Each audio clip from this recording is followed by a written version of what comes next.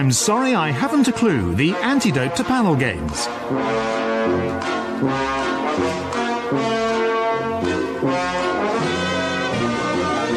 At the piano is Colin Sell, and your chairman is Jack Dee.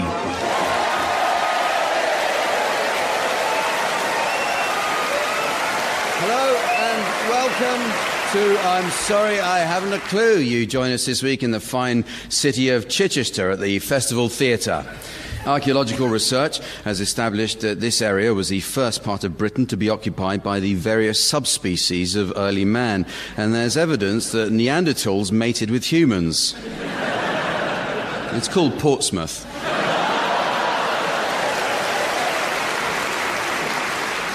Under the Plantagenet King John, the city came under the control of Richard Hume, the first Bishop of Chichester, who was responsible for collecting the king's taxes. Hume became notorious for his womanising and debauchery, and when he failed to pass taxes on, King John ordered his bishopric be removed.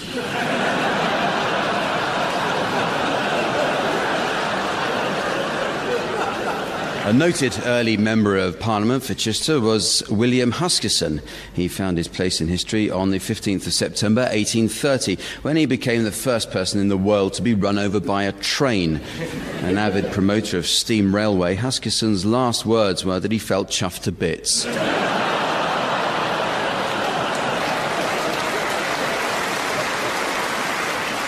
Let's meet the teams. On my left, Barry Cryer and Graeme Garden. On my right, Tim Brooke-Taylor and David Mitchell. And settling down on my left hand, please welcome our delightful scorer, the ever-lovely Samantha.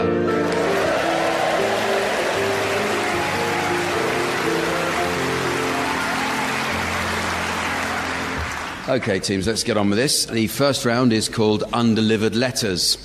And down the annals of history, there must be thousands of letters which never got delivered for one reason or another. Possibly they were addressed badly or didn't have the right value stamps, or perhaps someone made the simple mistake of sending them via Royal Mail. So I'd like the teams to suggest the contents of letters which went astray, but which otherwise might have changed the course of history. So Barry, you can start. Dear Mr. Bin Laden, your new address labels are ready for collection. David? This is one to Hitler. Dear Herr Hitler, sorry for taking a while to get back to you. Think your paintings are extremely promising. Do hope you haven't embarked on another career. Graeme? This one's to Moses. Dear Moses, I'm writing to seek compensation for the damage done by your unruly children of Israel. Last Saturday night, they caused a great nuisance, marching around the town about 7 times, playing trumpets and I don't know what. To cap it all, they did severe damage to our ice cream parlour, yours truly, Walls of Jericho.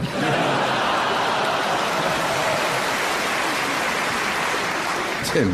Dear Prince Albert, your handwriting is terrible, but we recommend putting vodka in the water if you want to get your pianist pissed.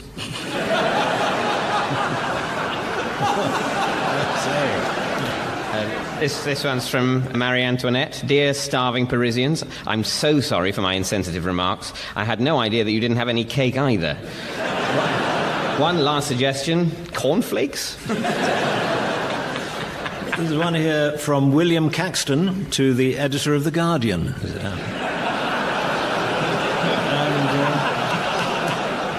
And he writes, Dear Sid, you may be interested to learn that I've regently invested the Pronting Prise. This invection will greatly improve the prediction of your Nespiper. All inquiries to me, Wilmar Caxtoff, solutions for all your Pronting Neds.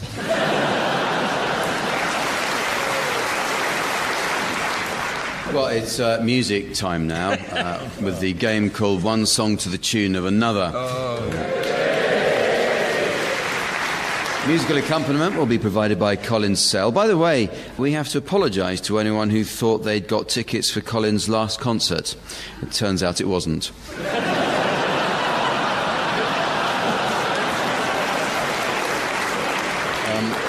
I'll start with you, Tim. I'd like you to sing the words of Milkshake by Khalees to the tune of How Much Is That Doggy in the Window? My milkshake brings all the boys to the yard, and they're like it's better than yours.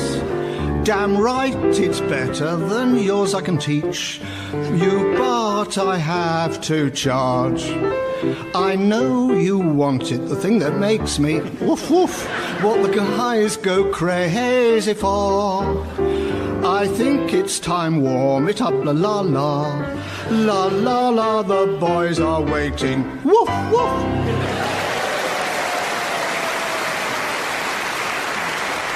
Thank you, Tim. I think it was the passion that made that so moving. So you now, Barry, I'd like you to sing the words of Anarchy in the UK to the tune of Singing in the Rain.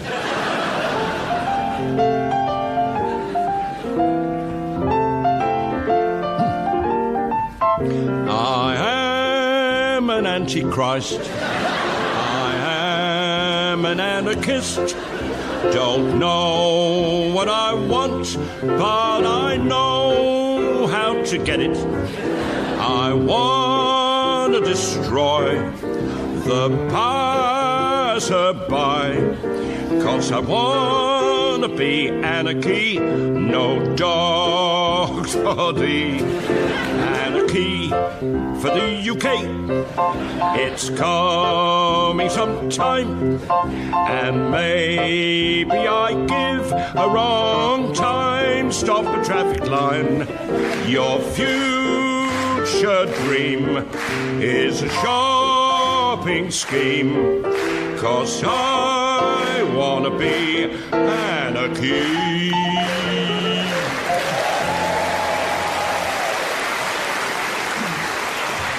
So now it's your turn, David. Can you sing the words of A Whiter Shade of Pale to the tune of the theme from The Muppet Show?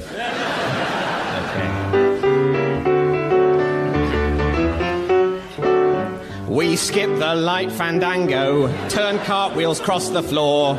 Was feeling kinda seasick, but the crowd called out for more. The room was humming harder as the ceiling flew away. When we called out for another drink, the waiter brought a tray. And so it was that later, as the miller told his tale, that her face at first just ghostly turned a whiter shade of pale. She said there is no reason, the truth is plain to see. I wandered through my playing cards and they would not let her be one of 16 Vestal virgins who were leaving for the coast. And although my eyes were open wide, they might have just as well been closed.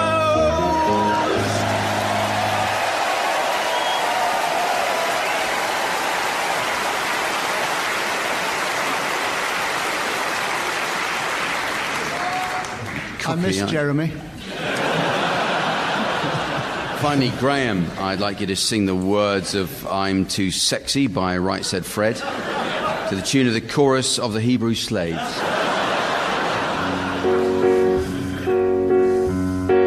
I'm too sexy for my love, too sexy for my love. Love's going to leave me, I'm too sexy for my shirt, too sexy for my shirt, so sexy it hurts, and I'm too sexy for Milan.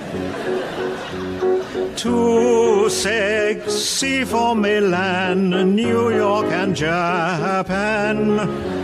And I'm too sexy for your party, too sexy for your party.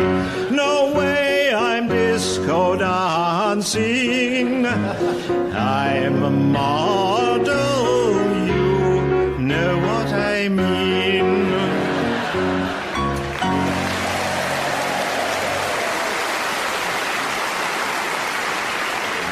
Remember, those aren't available in the shops.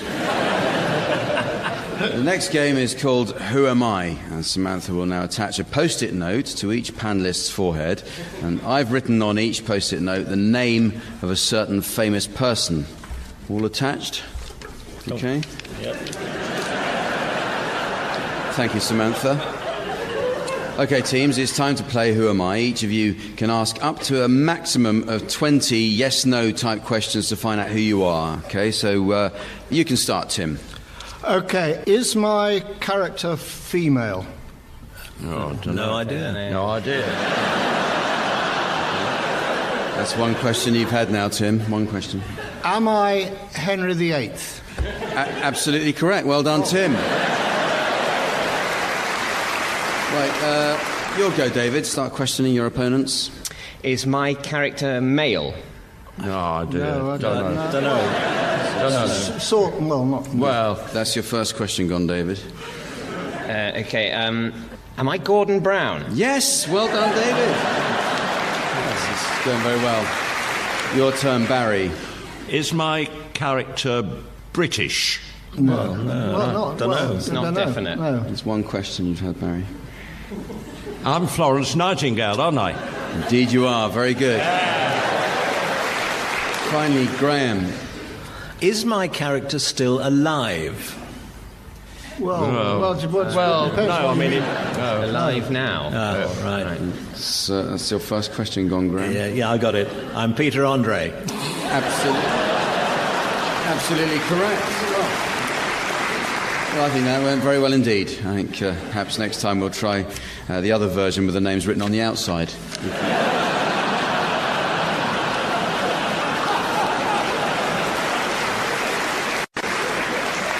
This next round is concerned with visits to the doctor. We all go for regular checkups these days, but a recent survey discovered that over 60% of hospital consultations are completely unnecessary. I must mention that to my gynecologist.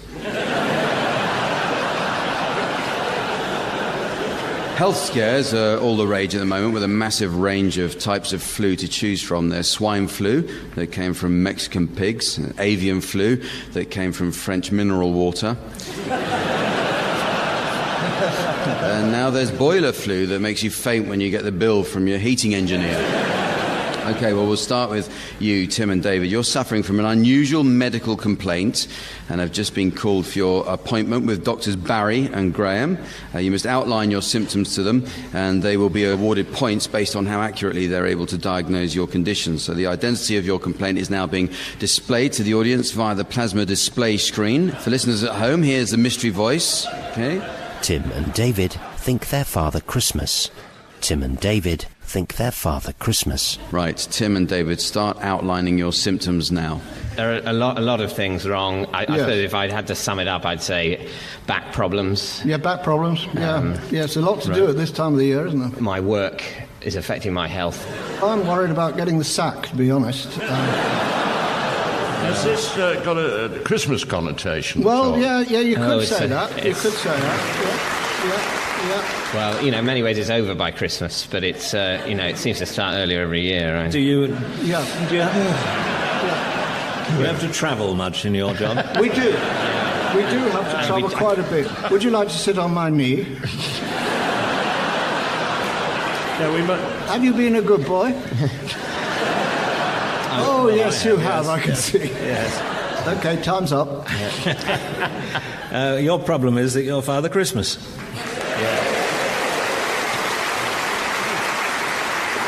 Well done. Well, it's okay. Your turn to be the patients, Barry and Graeme, and you've just been summoned into the surgery of Dr. David and Dr. Tim, and the identity of your mystery medical condition will now be displayed to the audience. Well, here again is the mystery voice for listeners at home. Barry and Graeme are a man with two heads. Barry and Graeme are a man with two heads. Off you go, Barry and Graeme. Hello, welcome. Does this hurt? Well, to be honest, I was in two minds about coming here today. Me too. Yeah. I keep feeling I'm being watched. Yeah, I'm tired all the time. I nodded off this morning twice. Now, this morning I was smoking my pipe while I was doing my teeth, and I thought, this is no way to live. Well, No way to live, no. Don't panic. Let's all put our heads together and discuss it. Yeah. Absolutely. Do you find yourself indecisive in pressure situations? Or? Well, it depends which way you look at it. Would you say you were happy or sad? Well, my wife says I'm two-faced, but I mean, it's costing me a fortune in hats. Some days I just think I'm talking to myself. Yeah. You know? I think basically, have you just got two heads? Split personality.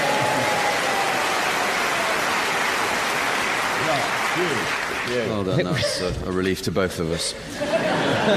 The next game is about programme titles. Coming up with a clever title is often the key to a show's success. Take Radio 4's Thinking Aloud, for example. Until I saw it written down, I didn't realise that aloud was spelt as in allowed rather than allowed. So thinking aloud actually means thinking aloud. Proof, as if it were needed, of the brilliance of a punning radio title. Okay, I'd like the teams to take the part of continuity announcers trailing radio or TV programmes which have been chosen purely on the basis of a catchy title. Barry, you can start. Later on Radio 4 today, Dale Winton goes to visit the Yorkshire Dales. Or does he? Dale or no Dale? David? Later on ITV2, David and Victoria Beckham discuss how their marriage has survived both the good times and the bad. That's thick and thin how we got through it.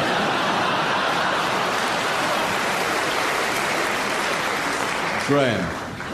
After the news, we join Anthony McPartlin before he puts his trousers on in the morning. That's ants in his pants. Tim. In the programme later in the week, our celebrity would-be fish wrestling referee handles his first match tonight in Between a Rock, Salmon and a Hard Place. I'm sorry, I'll read that again. Later on Channel 4, leading plastic surgeon Simon Wallace discusses recent advances in breast augmentation following successful grafting procedures involving skin taken from the lower buttock. That's arse over tit.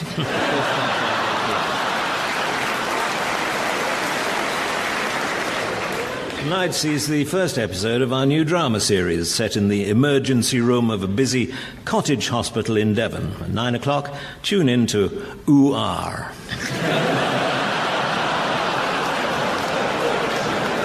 Coming up on Radio 4 Longwave, former umpire Dickie Bird starts an in-depth four-part analysis of bowling actions over the past half-century, investigating the decline of the full toss or beamer in English cricket.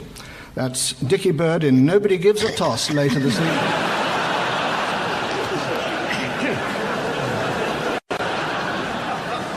In the last programme in our pottery season, we'll be showing you how to finish the outsides of plates or bowls in A Guide to Rimming.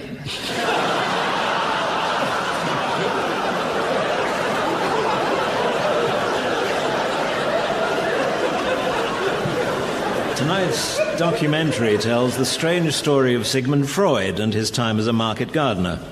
1912, Vienna saw the father of psychiatry tending his greenhouse at the world-famous cafe run, surprisingly, by a family of weasels. 9 o'clock tonight, you can hear all about Freud-grown tomatoes at the Weasels' Top Cafe. This week's Archive Hour provides another chance to see gardening legend Percy Thrower reveal his extensive collection of fine bone china, much of which he's been able to identify blindfolded. That's Point Percy at the porcelain this one.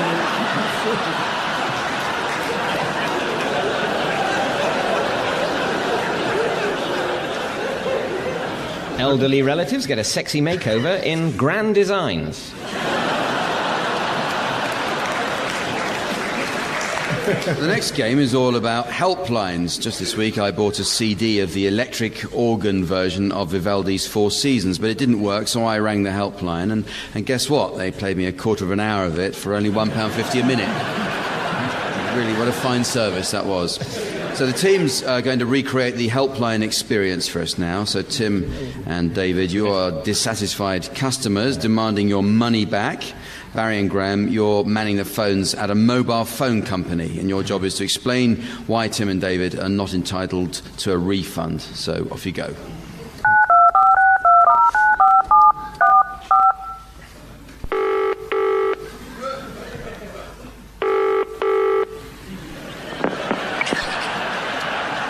Hello? is very important to us.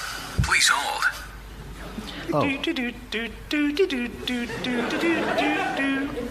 Mobile warehouse?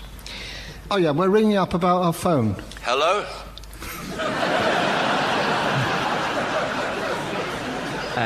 It's this mobile phone we bought from you. We keep getting cut off. Hello?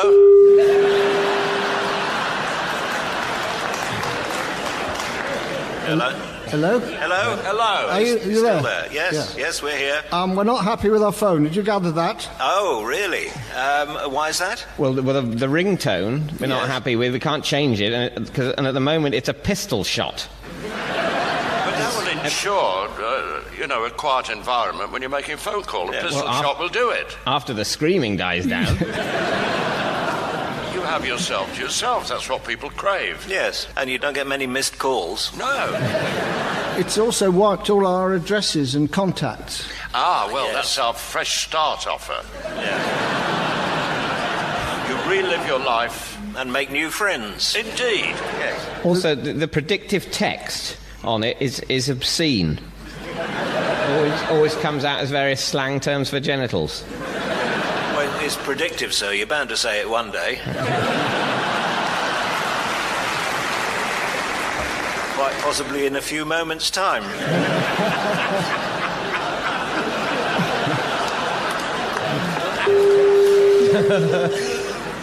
You got cut off, I think, there. Let's try that the other way around. This time, Barry and Graeme, you're the dissatisfied customers. Tim and David, you're manning the helpline of a health spa. And again, your job is to explain to Barry and Graeme that they're not entitled to a refund and why. So off you go.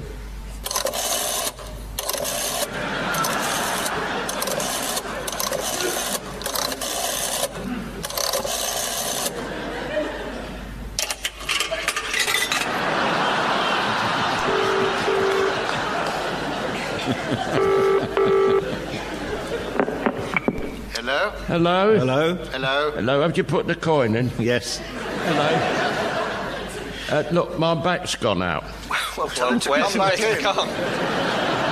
We're phoning about the fitness club that you run, and we're very disappointed. Why? My back's gone out. Yeah. We're worse after a visit there. Yeah. No, you just feel worse. Yeah. You're actually a lot better. You're on the road through agony to happiness. I think we were happier before we came to your club, and we were not entirely impressed by the apparatus that you had on display there for the use by your clients. Exactly. No. Which ones have you got in mind? Stationary bicycle. Yes. Exercise bike. I think, they work better if you secure them to the floor. I was halfway down the shops before I realised. Right. Sorry you're disappointed with that. We'll see what we can do about it. And at least you could put a bell on it. Exactly. And my back's gone out. Yeah, his back's gone out, yeah. Well, I think it's good that your back's getting out and about more. Yeah. I find your replies very glib. Yeah, well, like the staff. We found the staff very rude. Indeed. What Yeah. was his name? Kevin? Kevin, yeah. Oh, yeah, he was okay. the worst. Oof. Bring that bike back, he said. Yeah. What's that about? There's nobody here called Kevin that works here. Oh, yes, that's a denial. That's the company line, isn't it? Yeah. I think you'll find Kevin does work there. He was in charge of the plunge pool. And what was wrong with the plunge pool? Well, a bit of water would have helped. Exactly.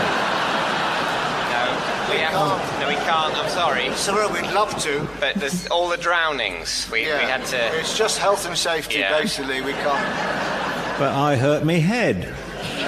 Did you drown? No, but I put my back out, He put his back out. and the parallel bars Yes. Yeah? both closed.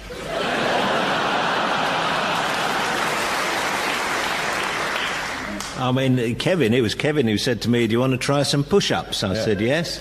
He brought a tray of suppositories.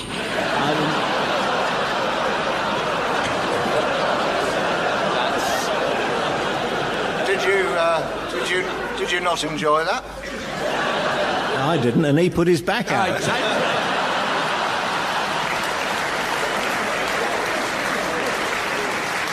It's very nearly the end of the show, but there is just time to squeeze in a special round for gardeners.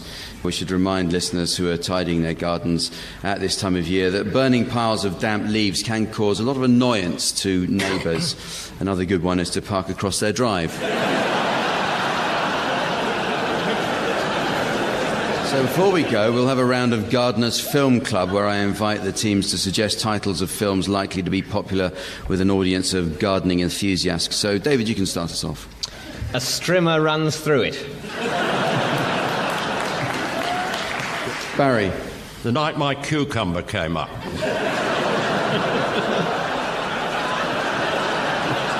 Tim. The compost man always rings twice. Graeme. The Taking of Pelargonium 123. Carrots of Fire with music by Van Trellis. Mary Goldfinger, produced by Cubby Broccoli. Humphrey Bogart is Sam Spade in The Maltese Lawnmower. Crouching Tiger Lily, Hidden Snapdragon. The Lion, the Witch and the Lawnmower. Who's Afraid of Virginia Creeper? The Lawnmowers of Navarone. The Manchurian Candy Tuft. The Lawnmower Has Landed. There was that Oscar-winning film, wasn't there? The Weeder. Oh, thanks very much. Harry Pottingshed and the Lawnmower of Secrets. Full Petal Jacket. Bring Me the Hedge of Alfredo Garcia.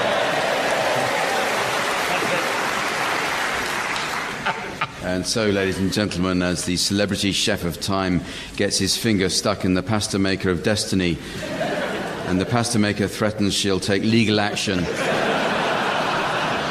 it's the end of the show. So from the team, Samantha, myself, and the good people of Chichester, it's goodbye. Goodbye. Barry Cryer, Graeme Garden, Tim Brooke-Taylor and David Mitchell were being given Silly Things to Do by Jack Dee, with Colin Sell setting some of them to music. The programme consultant was Ian Pattinson, and the producer was John Naismith.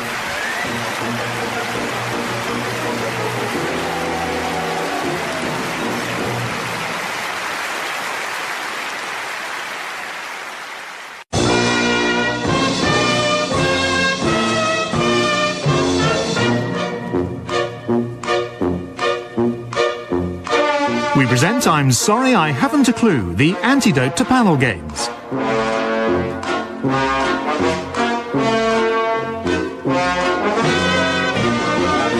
At the piano is Colin Sell, and your chairman is Jack Dee.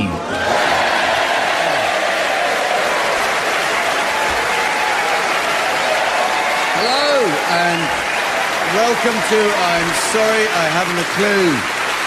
You join us for a second visit to Chichester on the beautiful West Sussex coast. This area's history is closely linked to the sea, and visitors may care to visit the Naval Museum. Exhibits include a tattered flag flown on HMS Victory at the Battle of Trafalgar. It became riddled with holes from rifle and cannon shot as it fluttered above the heads of sailors on the poop deck, as they called it afterwards.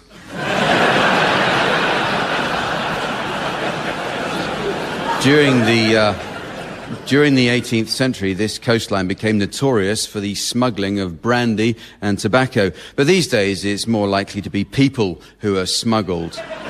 The Coast Guard now patrols Chichester Harbour nightly to pick up desperate economic migrants trying to make their way out. This part of the coast was pivotal in the preparations for D-Day. With the end of the war, the local army base was bought by Butlins and converted to become one of their finest holiday camps. Obviously, they had to spend some time having 3 miles of barbed wire, machine gun towers and tank traps put in. Just a short ferry ride across the Solent is the Isle of Wight. a charming, unspoilt place, it wasn't until 10 years ago that the island got its first and only escalator. Installed in a branch of British home stores, islanders flocked to try it out until after 2 weeks the entire population was trapped on the first floor.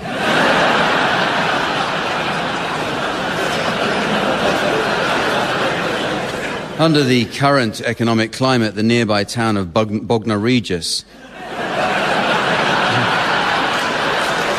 Yes, you see, I've been there. Under the current economic climate, the nearby town of Bognor Regis has seen a revival as a holiday resort. Apart from the cost advantage, there's the time factor. Fly to Goa and you lose 8 hours, but you can arrive in Bognor at 9 in the morning, and after 4 hours, look at your watch and find it's 9:05.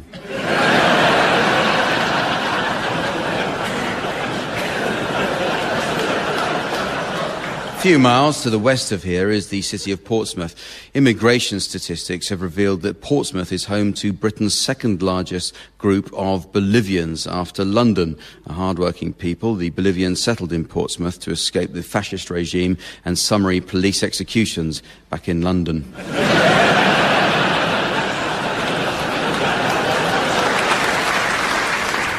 Let's meet the teams. On my left, Barry Cryer and Graeme Garden.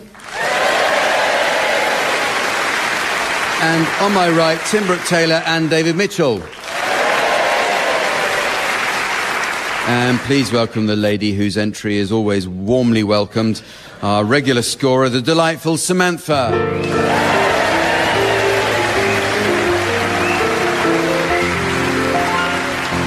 Okay, well, we start this week with a round called Uxbridge English Dictionary. So, teams, let's hear any new definitions that you've spotted recently. Tim, you can start this. Tumbling, jewellery for the belly button.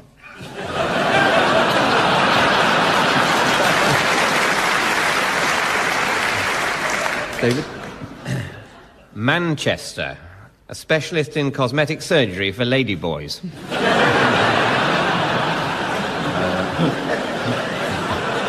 Barry? Email, Yorkshire for the postman's arrived. Graeme? Kittiwake, a cat's funeral. Tendentious, having 10 dents. Lactic, a stopped clock. Outrank, to be smellier than.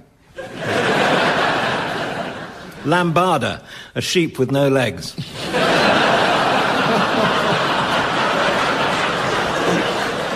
Gastronome, a flatulent dwarf. Pesto, insecticide gravy browning.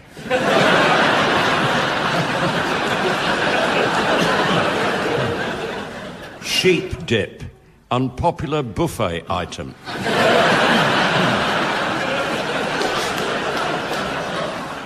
Macaroon, to leave a Scotsman on a desert island.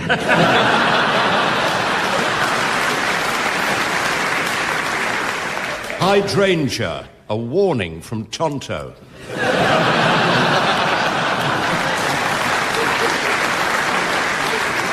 The teams are going to indulge with a spot of acting now in the game called Sound Charades.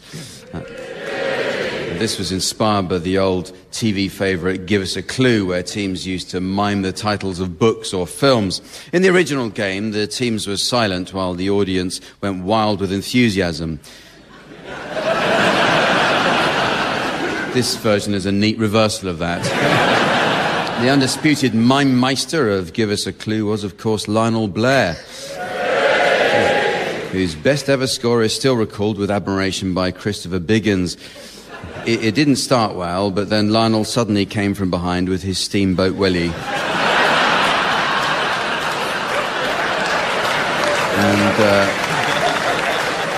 And after finishing off the third man in record time, ended up with the wrong trousers. So, Tim and David, you're going to start, please, and your title will soon be displayed to the audience via the plasma display screen. For listeners at home, here's the mystery voice. Okay. A room with a view. A room with a view. So, right, you're guessing this one, Barry and Graeme, so off you go, Tim and David. It's 5 words, and it's a book and a film. And it goes like this. Oh, dear, I don't know what to think about the Lisbon Treaty. Well, why don't you ask the lounge? It's always got an opinion. Really? Okay.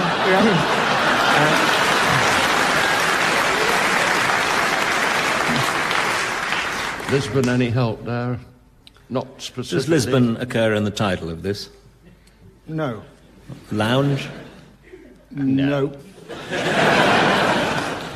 It's a very opinionated part of the house. Yes. Which would be one way of saying a room with a view. Right, well, it's your turn, Barry and Graeme. Your title's now being exhibited on the laser display board, and here again is the mystery voice for listeners at home. File on 4. File on 4. It's a radio programme and it's 3 words. Good morning. Good morning. I wish to complain. Oh, yes, sir. I came here to get my right hand manicured, and you haven't done the thumb. Are you sure, sir? Am I sure? Yes, all you did was this. Oh. The end.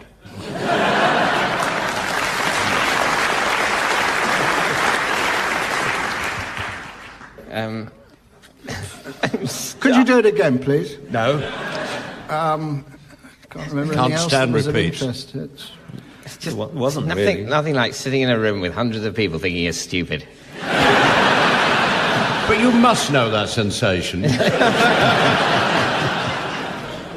He came in to have his right hand manicured and they didn't... And they didn't do it properly. Didn't do the thumb. They didn't do a full job. They did all the other bits. If it's any help, you're not stupid. They're rubbish clues. They did the fingers and not the thumb. How many fingers? 4. Yes. What? Oh. What would a File on 4. Yeah! Oh, God. Edge of seat stuff, I think you'd agree. Anyone who'd like to hear a longer version of that, or just wants more information on the making of this week's show, can go to bbc.co.uk/why not try getting a life. This next round is tailor-made for families with younger children. There really aren't enough shows that can involve both parents and their kids anymore. Probably the greatest of all was Ask the Family, hosted by the marvellous Robert Robinson with his famous catchphrase, "Here's a tricky question for father and eldest daughter only."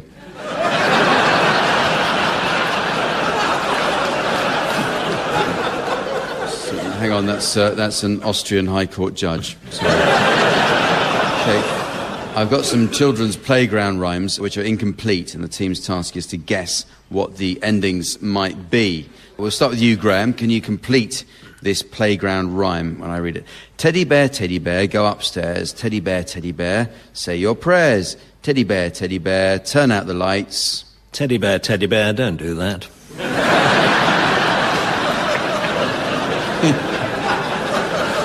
The actual answer is teddy bear, say goodnight. Yes. So, Barry, can you complete this one? Miss Lucy had a baby. She named it Tiny Tim. She put it in the bathtub to see if it could swim. It drank up all the water. It ate up all the soap. Where were the bloody social services? It tried to eat the bathtub, but it wouldn't go down its throat. That's a true story as well. Here's a playground rhyme for David. Here you are, David. You can complete this for us. Ring a roses, a pocket full of posies, a tissue. Catch it, bin it, kill it.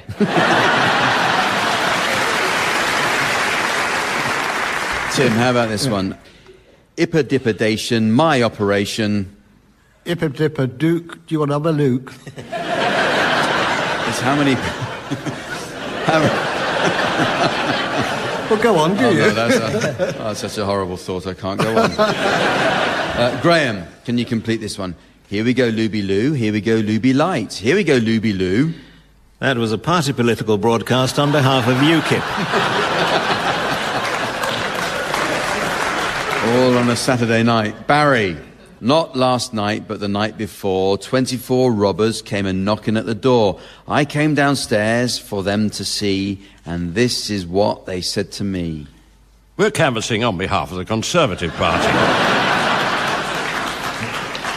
It's actually Spanish lady, turn right round. Spanish lady, touch the ground. Spanish lady, do the high kicks. Spanish lady, do the splits. Oh. It's great, isn't it, that a lot of these rhymes have been lost? Here's another one for you, David. Milk, milk, lemonade. Triple vodka, you'll get laid.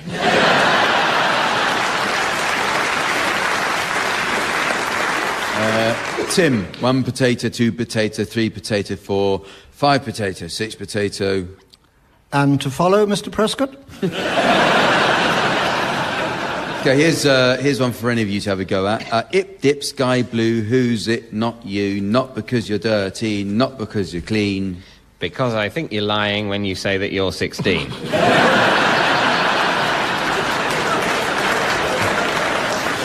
All coming out tonight. Here's another one for any of you. Speak for yourself. When Susie was a baby Susie was. She went gaga, gaga, gaga. When Susie was a toddler Susie was. She went scribble, scribble, scribble, scribble, scribble. When Susie was a child Susie was. She went why, why. When Susie was a teenager Susie was. She went... Like the clappers.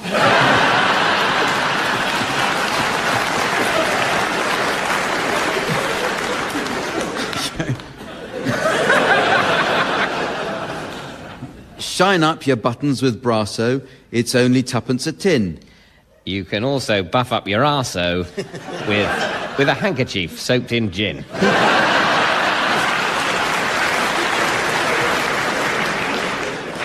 Thank you, David, I might try that. And finally, Gypsy Rosaline washed her hair with turpentine. People used to gossip and mutter about what she did with a knob of butter.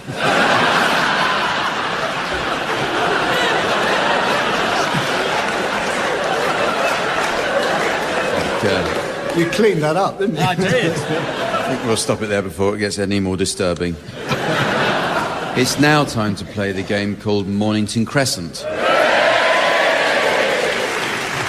But first, from the large number of tweets we've had, it seems there's a budgie trapped in the postbox. And that we've received a letter from a Mrs. Trellis of North Wales. And she writes, Dear Miss Toxvig, here's one of my favourite cuttings. It's 4 miles of double track just north of Crewe. Yours truly, Mrs. Trellis.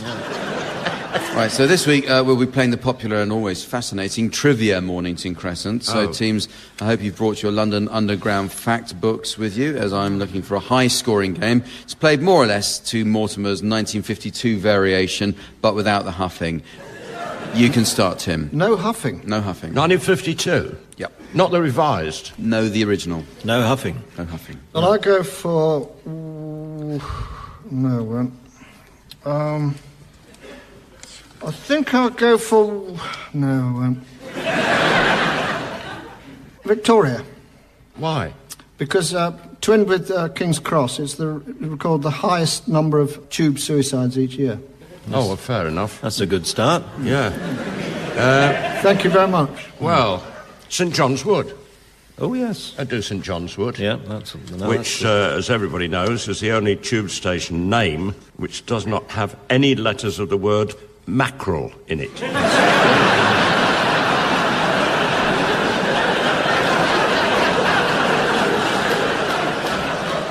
David, yes? Okay, well, I think I'll go Aldwych. Oh, good. Oh, excellent. nice. No, that's good. I like that.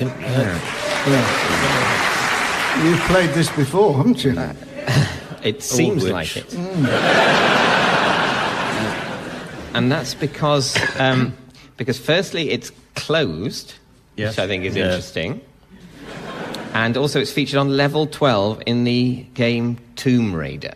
So I think that scores more for that, I think. Yeah. Careful, Graeme, careful. I know, it's tricky. He's trying to shunt me there. There's no huffing, remember? No, I was going to play a pure Mortimer move, and I'll take All Saints, which happens to be the only tube station which shares the name of a pop group. Apart from the Elephant and Garfunkel.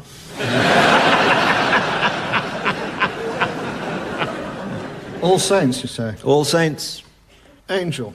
It incidentally has Western Europe's longest escalator. Good heavens. 318 steps. Really? More than Russia. Northfields. Oh, yes. Why? I'll tell you why. Oh, dear. It's on the Piccadilly line. It was the first station to use kestrels and hawks to kill pigeons and stop them setting up homes in stations. Yeah. Northfield.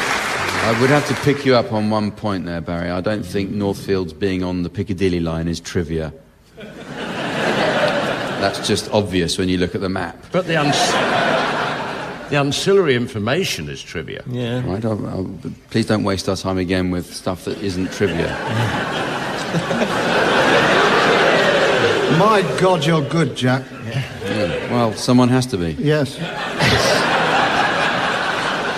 I wanted Graham Norton, but there we are. Yeah, but not on the show. No.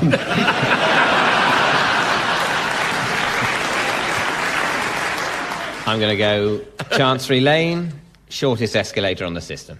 How many steps do you know? Just 50. Are you lying, making it up?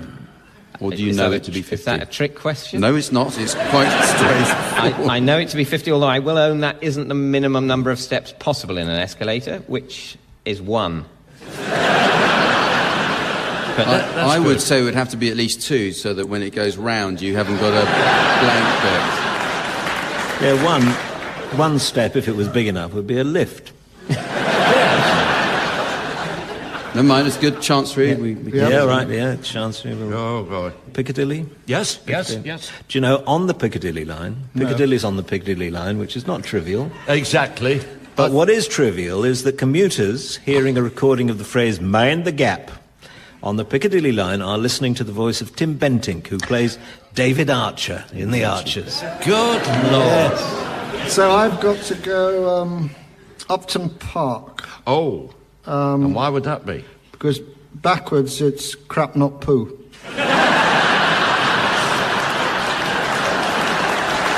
Oh. Wide open there. Yeah. I can match it with Park. Finsbury Park. Oh. Backwards is crappy rub sniff. Give as good as you get. Yeah, exactly. Don't mess with me. I think I'll have to go East Finchley. Oh, come on. What's that about? That saw the birth of Jerry Springer when his mother was there for an air raid. Oh. Jerry Springer, air raid, East Finchley. East Finchley, Jerry Springer, air raid. Mornington Crescent. Well played. Well, the teams are going to sing for us now in the round called Just a Minim. This is the team's amusing version of Just a Minute, the wireless favourite, hosted in unique fashion by Nicholas Parsons. The show started in 1967, and his contribution to comedy is still outstanding.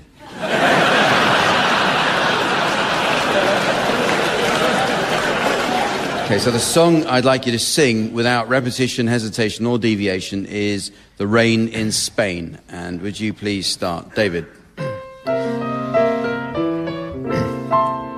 The rain in Spain stays mainly in the plain. I think she's got it. She's cottoned on. The drizzle abroad remains largely on the flat bits. By George, she understands. By Georgina, male version, she does. Graeme. Repetition of she's. Ooh. Quite harsh. Repetition of she's. Well, I'd Pretty like tough, that. to see you continue the song without using that word. Over to you, Graeme, yes. Now once again, where does it rain? On the... Tim. Once again is repetition.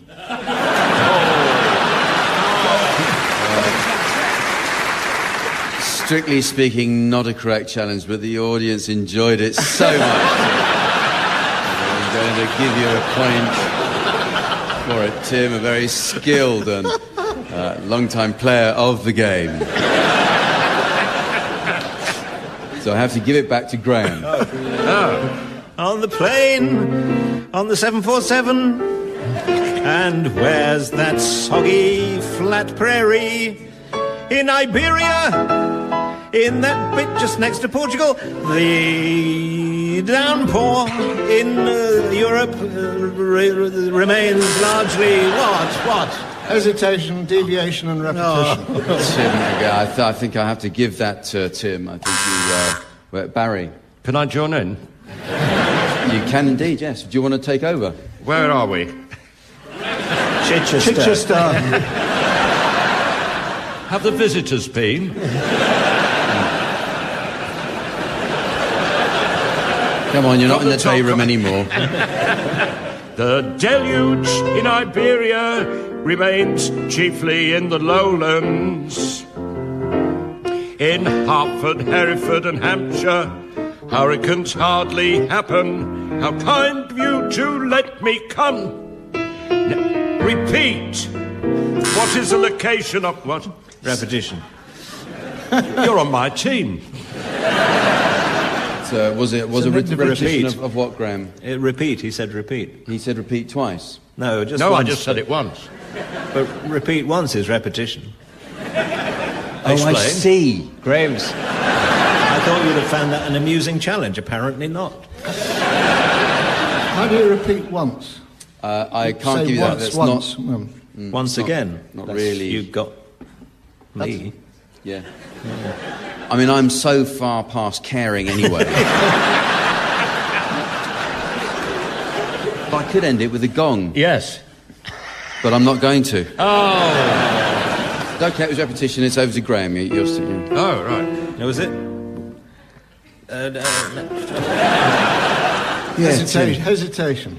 Hesitation, yes. Yeah, It's I fun guess. working with the fastest wits in the country. It really is.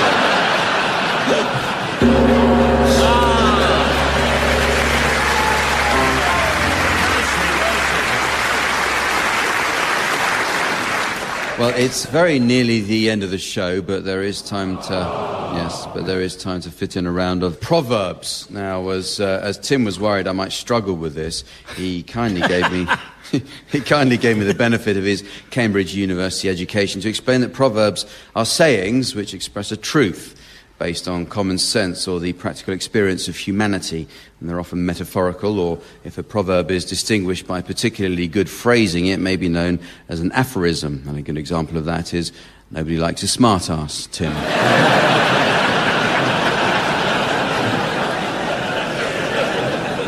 Now, the English language is full to bursting with useful proverbs, but I'd like you, please, teams, to adapt some to suit foreign countries. So, Tim, you can start this. Spain. Give a man a fish and you feed him for a day. Teach a man to fish and he'll be off the Cornish coast in no time. Barry? In France, they say, strike while the iron is hot, and on virtually every other occasion.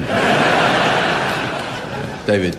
It's one for the Chernobyl area, and it's Ruth is stranger since fishin'.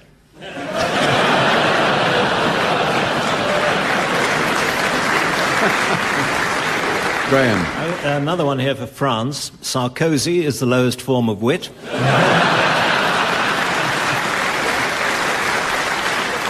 There's also one from here in Sussex. They say, marry in Hastings, repent at your leisure centre.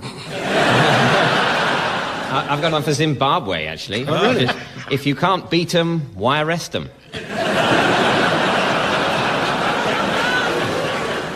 And one for North Korea. Kim Jong-il wind that blows nobody any good.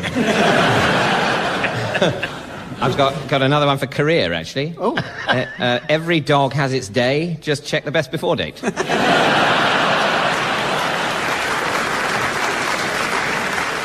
Australia, red sky at night, shepherd's delight. Red sky in the morning, your sheep are on fire.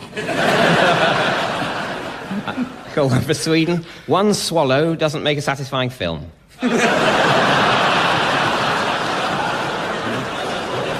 Laugh and the world laughs with you. Cry in Sierra Leone.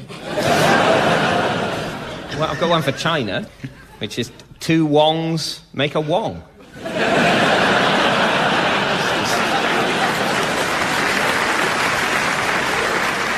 And so, ladies and gentlemen, as the trout of time leaps to take the flies of fate, and the manager of Burton's decides his shop needs a much better damp course, I notice it's the end of the show. So from the teams, Samantha, myself, and our audience here in Chichester, it's goodbye. Goodbye!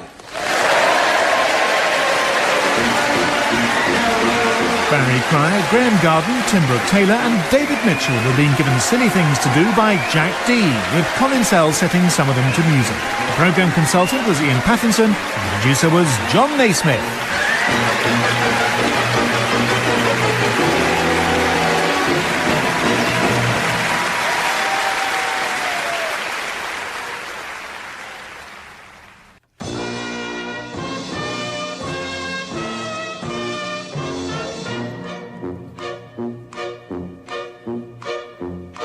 We present I'm Sorry I Haven't a Clue, the antidote to panel games.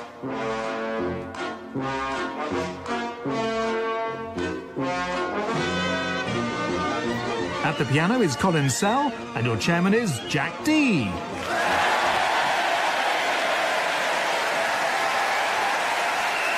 Hello and welcome to I'm Sorry I Haven't a Clue. You join us this week at the Corn Exchange in Cambridge. Generally regarded as the finest university city in the world, Oxford is 85 miles away.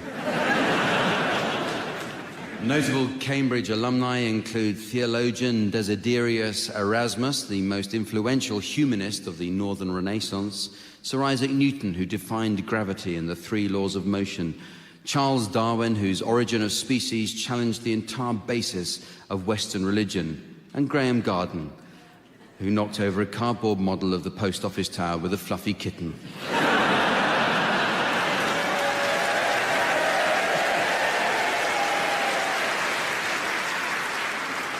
The city of Cambridge first came to prominence with the Roman occupation in AD 40, when they built a road to Peterborough. The granite slab over aggregate construction remains in near-perfect condition after almost 2,000 years, despite the dozen or so times it must have been used.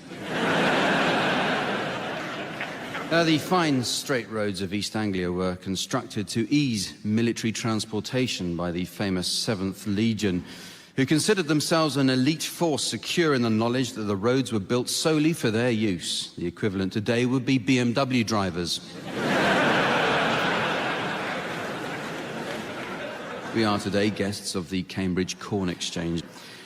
When not in use as an entertainment venue, the Corn Exchange is used as an examination hall for students at the university. What must this room be like when it's full of people sitting in silence, occasionally checking their watches? We'll find out after I say, let's meet the teams. On my left, Barry Cryer and Graeme Garden. And on my right, Tim Brooke-Taylor and David Mitchell. And please welcome the lady who loves to score wherever we go, the delightful Samantha.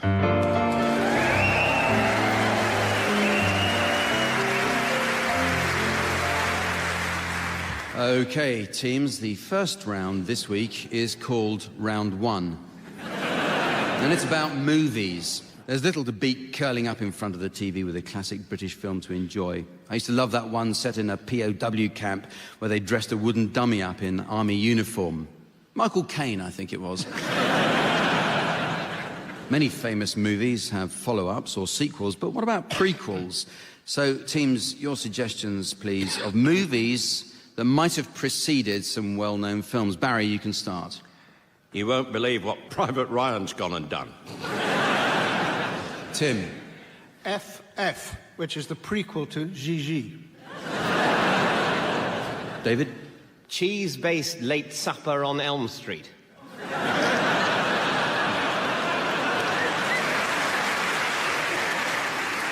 Graeme. Night of the Living.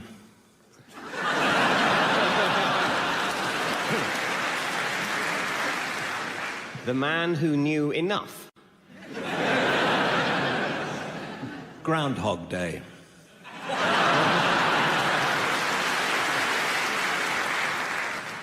Robo Community Support Officer.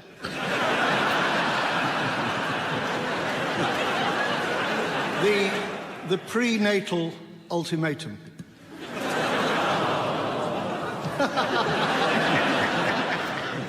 Let's just hope no invaders snatch these bodies. 4 engagements and a hospital visit.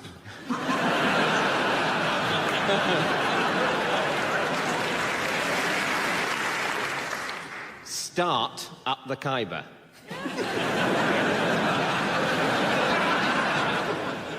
Now, where's Red October gone? Good morning, West Ham. Dances with West Brom.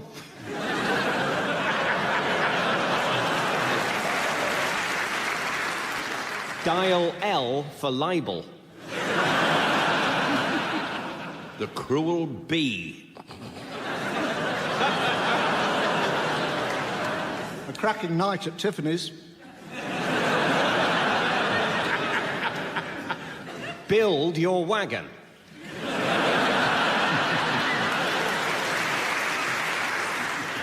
Illegal immigrant Kane. Oh, brother, don't thou go wandering off. Well done, teams. How wise of you not to peak too early. It's music time now, with a game called One Song to the Tune of Another, where the teams... Yes.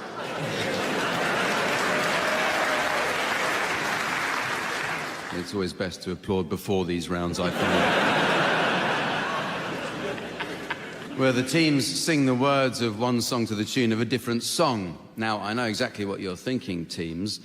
Isn't that a bit like a vampire? And you couldn't be more right. A vampire is, in effect, the incarnation of a song that spends its day in a coffin fueled on human blood or words.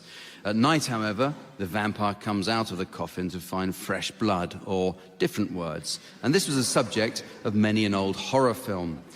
But who today could have an audience screaming in terror simply by lifting a wooden lid?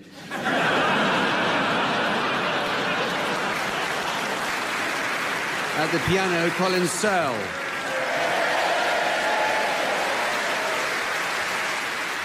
Okay, so we'll start with you, Tim. I'd like you to sing the words of The Ace of Spades by Motorhead to the tune of La Donna è Mobile.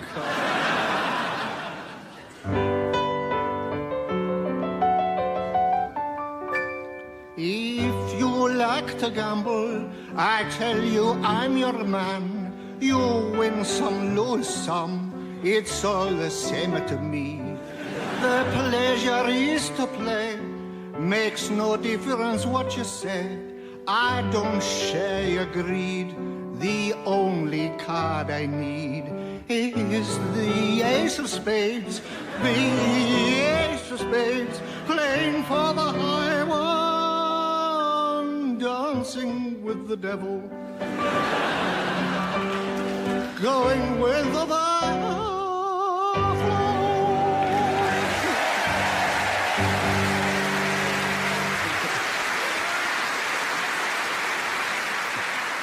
Well done, Tim, ruining two songs at once. So you now, Barry, I'd like you to sing the words of Psycho Killer by Talking Heads to the tune of Run, Rabbit, Run.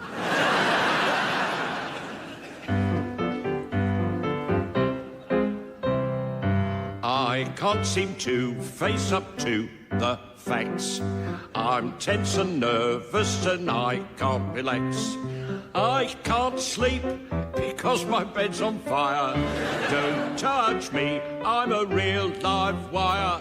Psycho killer, kiss, kiss, kiss, and say, far, far, far, far better run, run, run, run, run away. Oh, oh, oh, oh, psycho a killer, kiss, say.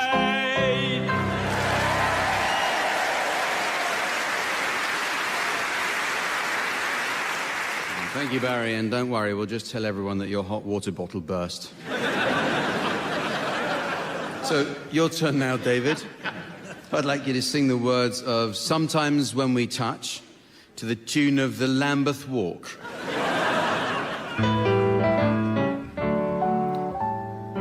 You ask me if I love you, and I choke on my reply. I'd rather hurt you honestly than mislead you with a lie. Oi!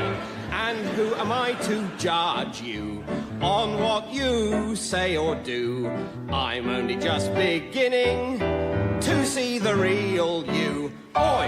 And sometimes when we touch, the honesty's too much, and I have to close my eyes and hide. I wanna hold you till I die, till we both break down and cry. I wanna hold you till the fear in me subsides. Oi!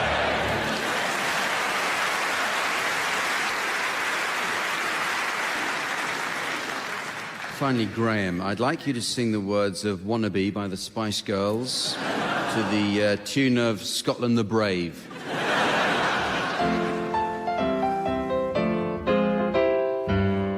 I'll tell you what I want, what I really, really want. So tell me what you want, what you really, really want. I'll tell you what I want, what I really, really want. So tell me what you want, what you really, really want.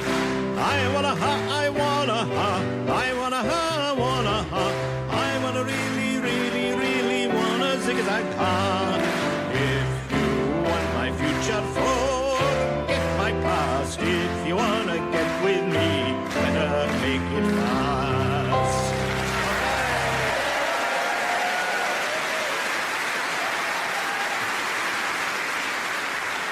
So our next round is the Spot the Connections game. This is a bit like the old favourite Spot the Ball, a game devised by Eva Braun.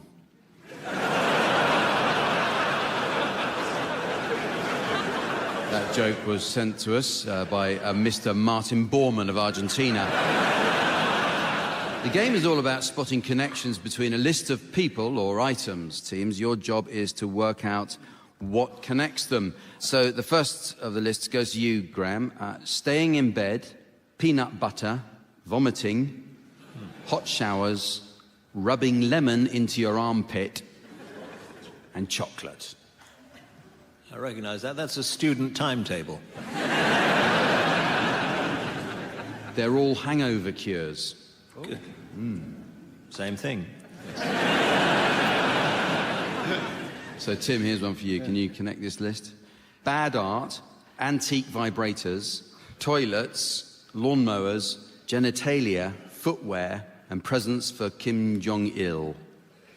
I think what's missing from that is cuddly toy. They're all on the conveyor belt, North Korea's version of the Generation game. They all have museums dedicated to them. Good gracious. Yeah. How long do you spend? Well, it How depends do who you you go persuade with. people to give things to the Museum of Genitalia? I mean, yes, people who don't want their genitalia, but wish them to be preserved for posterity. Yes, on kind loan by David Mitchell. Yes, who said he wasn't using them.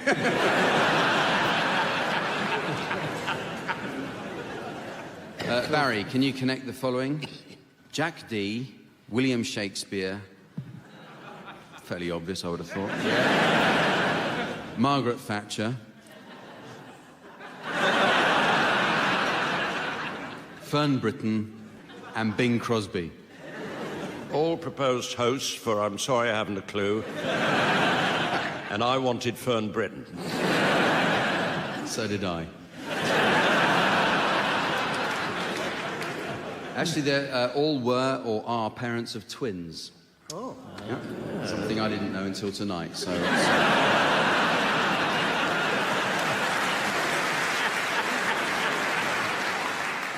And David, can you connect the following? Trousers, bowler hat, an aubergine, your bum, jelly, a love bite, and braces. Are they all things not to forget on your first day at boarding school?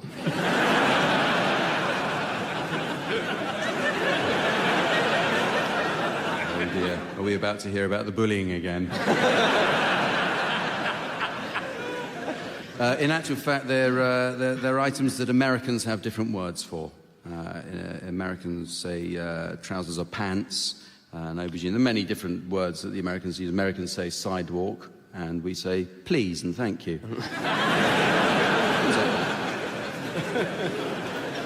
Some Americans in, I think, at the back. Don't worry, we'll explain the joke later.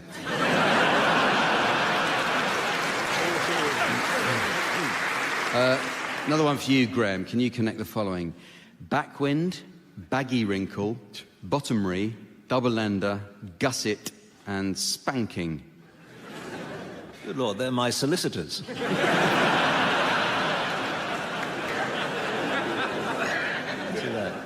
They're actually all nautical terms. Oh, I thought they were the name for the hobbits in the porn version of The Lord of the Rings. Yes, be careful if you Google any of those, I'd say. Gusset spanking. Nurse! Sorry, did I say that out loud? Here's some for you, any of you to have a go at. How about these? Mr. Charlesworth, Joyous Errand, The General's Daughter, Blind Spot, The Two-Headed Spy, and Somewhere in the Night. Oh, yes, I know this. These are all Prince Charles's nicknames for his penis. You have been to the museum.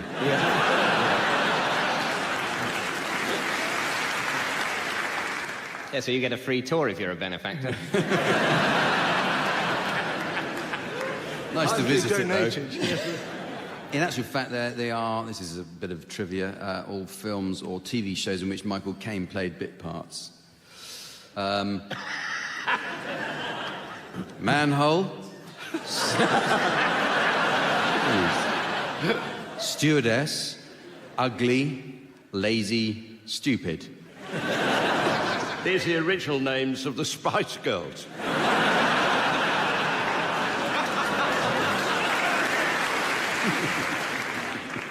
They all have politically correct equivalents these days. A manhole is a utility hole, and ugly is cosmetically challenged, and so on and so forth. I think you know. That's differently interesting. Yes. Yes. It is. I agree. And finally, mouse-eared, whiskered, nut-coloured, dwarf dog-faced, gloomy tube-nosed, rusty and hairless. Adrian Chiles.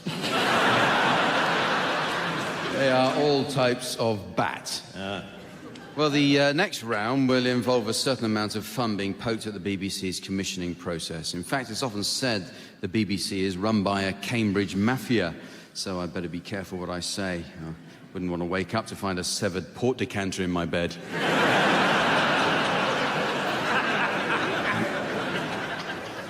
We should take the opportunity to remember the legendary veteran BBC sports editor Stuart Beadley, who recently passed away at his home peacefully in his sleep, watching England play Algeria.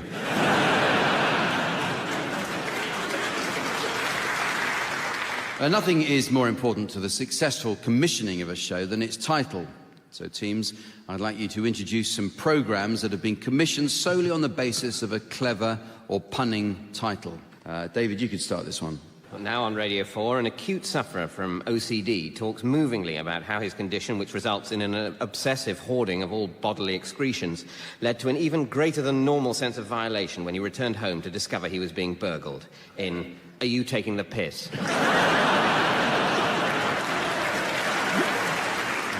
Graeme? ITV Saturday at 7 o'clock. A team of celebrities try unsuccessfully to defuse an unexploded World War II bomb. That's a blast from the past. Channel 4 at 10 tonight, a documentary on how irritating members of the royal family refuse to leave their private jet. That is, the reigning pains stay mainly on the plane. Barry. Coming up on BBC Three, glamour model Katie Price pays a visit to Bakewell in Derbyshire to discover the secret of their eponymous pastry. That's Britain's favourite tart. Paying a visit to Derbyshire. Tonight at 9 o'clock on BBC One, Ian Hislop and Paul Merton return with Have I Ripped Off the News Quiz for You? Now on BBC Three, Wayne Rooney presents a simple guide to double-entry bookkeeping in Double-Entry Bookkeeping, An Idiot's Guide.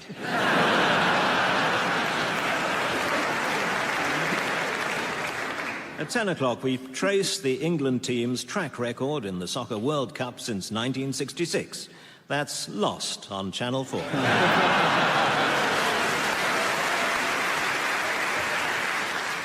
In the next round, the teams will be boasting about some impressive aspects of their lives.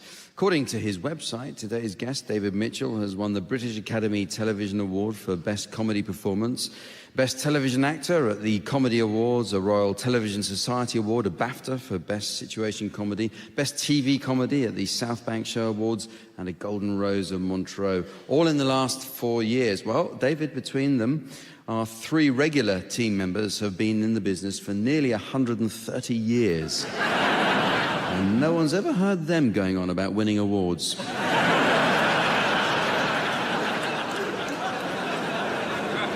Okay, the teams will take the roles of guests at a party boasting about something where each must try to outdo the preceding boaster. Tim, off you go. I've just got myself a wonderful new 50-inch TV set. 50 inches? Yeah, yes. Mine's so big I can't get in the room. I've actually got a top-of-the-range, state-of-the-art television in my phone. And the picture's so good that I think people are living in my hand. I've now got a huge HD set. It's enormous. It takes up half the living room.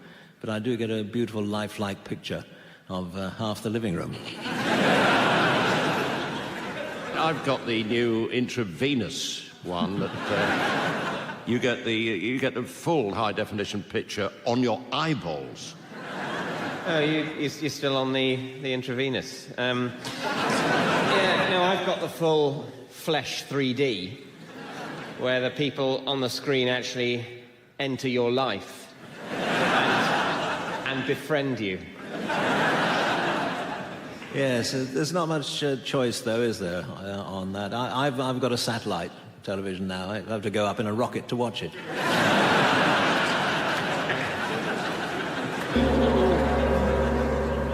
Right, so change of conversation subject. Oh, boy. My BP shares have not performed well. Made quite a loss. I've taken quite a hit. Oh, yeah, well, you've been comparatively lucky. I've had an absolutely disastrous credit crunch. I put half my money into an Icelandic bank and the other half into an Icelandic flying school.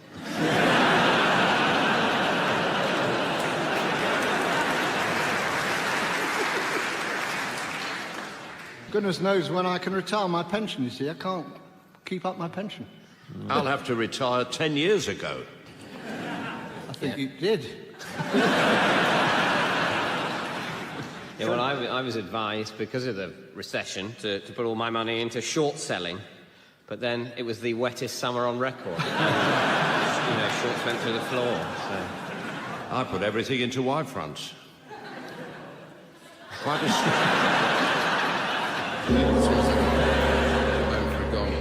Next subject, who's starting it? Yes, well, that's all very well, but we've decided to save the planet for our grandchildren. So, recycling. We're recycling everything. Actually, we're recycling. We're recycling, actually, our grandchildren.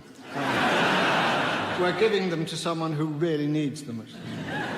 Why did it have to be us? Well, the gesture was appreciated, but we've had to move to a bigger yurt. Oh, you're still living in a yurt? Yeah, I had one of those. But no, I moved out because, well, of course, with the wood stove, it's not terribly carbon neutral, and I believe passionately in being carbon neutral for the future. And so I have all my farts offset. Every time I trump, a tree is planted on my behalf. Borneo. In Borneo? Borneo. Oh, dear. Oh, whenever our dog farts, I reforest an entire island in the Indian Ocean. And then we eat the dog. We bottle our farts. We run our car on them, actually. It's sort of fart burning, but trouble is, as you drive past, people shout, "Was that you?" We keep our car stationary in a hot place and use it as an oven. Yeah. Yes. You can slow cook pets.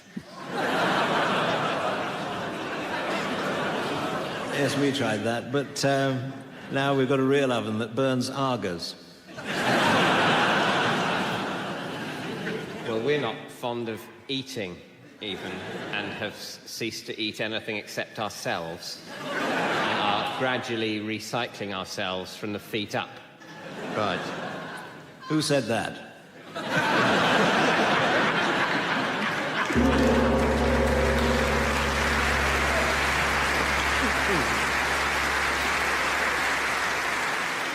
Well, it's very nearly the end of the show, but there is just time to fit in. There is just time to fit in a round of Hospital Songbook. Coincidentally, Barry was in hospital a while ago and spent the day in one of those gowns that leave your backside hanging out, exposed to the world. And that'll be the last time they call Barry when they need an entertainer for their Christmas party.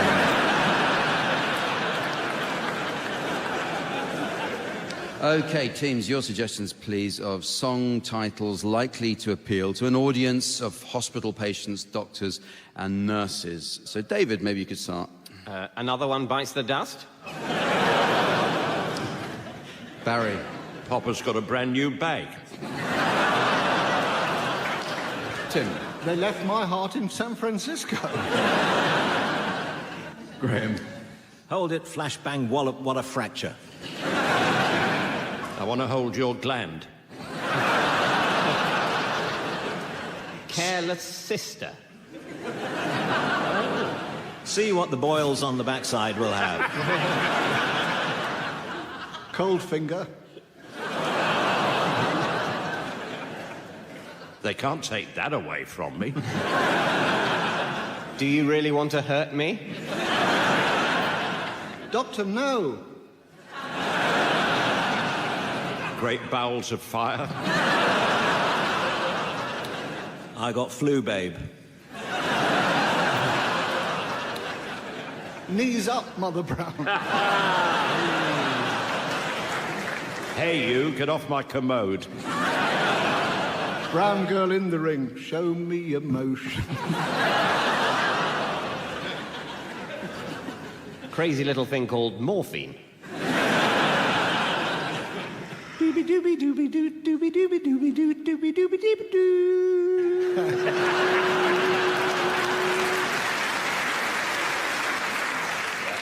And so, ladies and gentlemen, as the North Korean football manager of time calls up the sub of fate, and his team captain points out you're not technically allowed to fire torpedoes in a World Cup game, I notice it's the end of the show. So from the teams, Samantha, myself, and our audience here in Cambridge, it's goodbye. Goodbye! Barry Cryer, Graeme Garden, Tim Brooke-Taylor and David Mitchell were being given silly things to do by Jack Dee, with Colin Sell setting some of them to music. The programme consultant was Ian Pattinson and the producer was John Naismith.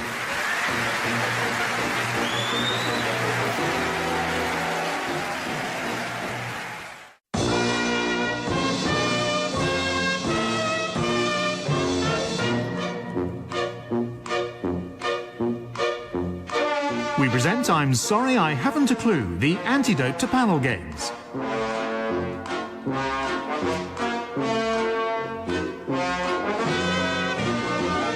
At the piano is Colin Sell, and your chairman is Jack Dee. Oh, hello and welcome to I'm Sorry I Haven't a Clue for a second week at the Corn Exchange in Cambridge. Cambridge was for a while the home of Nigel Seagrove, the electronics engineer who invented DAB radio. He was married in the beautiful Saxon church of St Mary's before the wedding party moved on to the Park Hotel. Guests reported that while they enjoyed the ceremony, the reception was rubbish.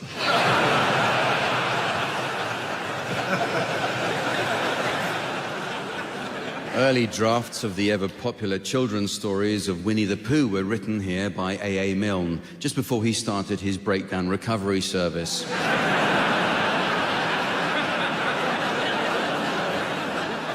Nearby is the Audley End Miniature Railway, a 10-inch gauge train ride through scenic woodland. The carriages are the smallest in England, with passengers often sitting on each other's laps or hanging their legs over the shoulders of the person in front. These perfect tiny models of real carriages are generously on loan from Virgin Trains. Cambridge was the home of the pioneer of dentistry techniques, Robert Peterson. In recognition of Peterson's contribution to dental health, the City Council put a plaque on his house.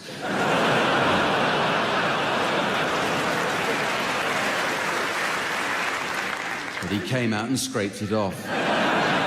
Let's meet the teams. On my left, Barry Cryer and Graeme Garden. On my right, Tim Brooke-Taylor and David Mitchell.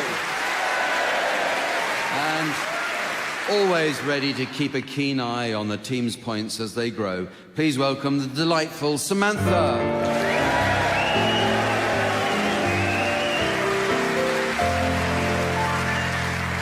Well, we kick off this week with the round called Uxbridge English Dictionary. English is a complex language which can often highlight our ignorance of the true meanings of words, but all you need is a good dictionary. Searching for exactly the right word or expression is hardly rocket salad. Take the word elegance, for example. Until I looked it up, I didn't realise there are actually two different types of elegance. Indian elegance with small ears, and African elegance with larger ones. Words are constantly changing their meaning, so I'll ask the teams to share with us any new definitions they may have spotted recently. Tim, could you start? Internet, where England footballers failed to put the ball.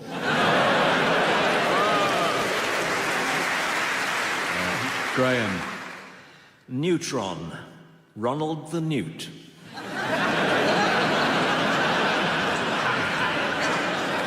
Barry. Balderdash, rapidly receding hairline. David. Tricycle, an even shorter trice. Electron, vote for Ronald the Newt.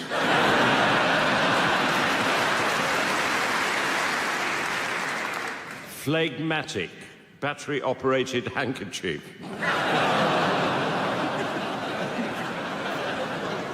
Warehouse, a person who turns into a house at the full moon. Asterisk, the chances of being hit by an asteroid. Spoof, person who is only pretending to be gay.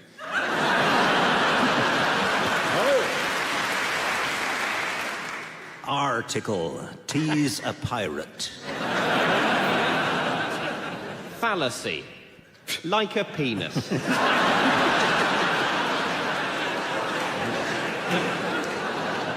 Armature, an old pirate.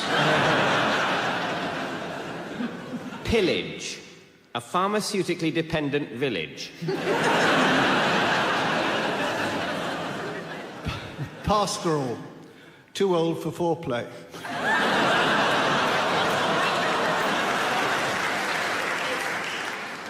Guitar, a grumpy old pirate.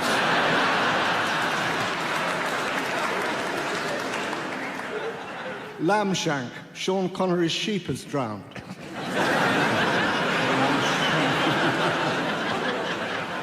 The teams are going to indulge us with some acting now in the round called Sound Charades. And this is a spoken version of the old TV mime game, Give Us a Clue, a concept of unrivaled brilliance. So here is the team's way of honouring the original in much the same way that the Brinks Mac gang honoured a Heathrow warehouse. The undisputed mime master of Give Us a Clue was, of course, Lionel Blair. Just recently, Lionel made a celebrity appearance here in Cambridge to present prizes at the Summer Regatta. As a bit of a prank, the winning crew threw him in the cam, but Lionel swam under their boat, bobbed up and pulled their cocks over the side.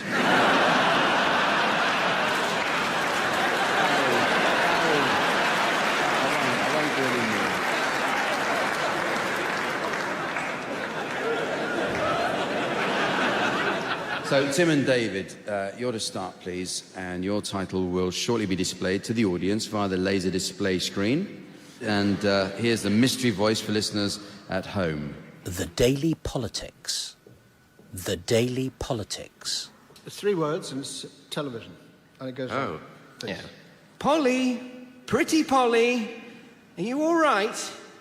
My God, that is one sick parrot. No, she's fine. That's normal. But she keeps fidgeting and spasming. She seems ill. Oh, well, she does a bit of that every day. It's normal. Le fin. Yeah. The parrots are Penzance. No. Maybe the word the. The Sick, twitchy. And it's a thing that happens regularly. Yeah. The regular bird. No. Regular bird twitch. Regular bird tick. Every Sick. 24 hours. Every day. The politics. Show. You got it. Politics weekly, Today. daily. Politics daily. They've said all of the noises in it, just not in the right order. The Daily Politics. Your turn, Barry and Graeme. Your title's now being exhibited on the laser display board. And here again is the mystery voice for listeners at home. The Omen. The Omen. So off you go, Barry and Graeme. Okay, it's a film. And it's 2 words. 2 words. And it goes like this. Bonjour, Marcel. Ah, bonjour, Gaston. You'll have had your aperitif. Mais non. Well, can I buy you a glass of Pinot? Oh, no, tu Pernod. A martini? No, martini, mon ami, no. A glass of Tesco's Bolivian Chardonnay? No, just water for moi. And you know, for me aussi. It cannot be beaten. It cannot, no, just the usual 2 glasses of water, then. You know what they'll soon be calling us. Yes.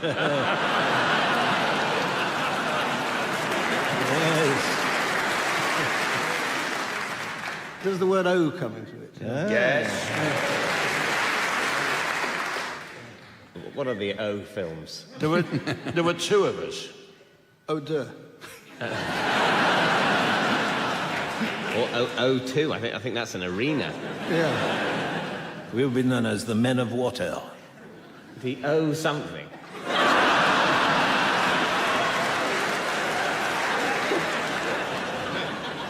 I have the genuine sensation that people think I'm being deliberately stupid. But they've seen it written down, you see. I would play that card if I were you, David. O-on deserves a round of applause. That's very close. Yes, very indeed. warm. Translate. The O-men.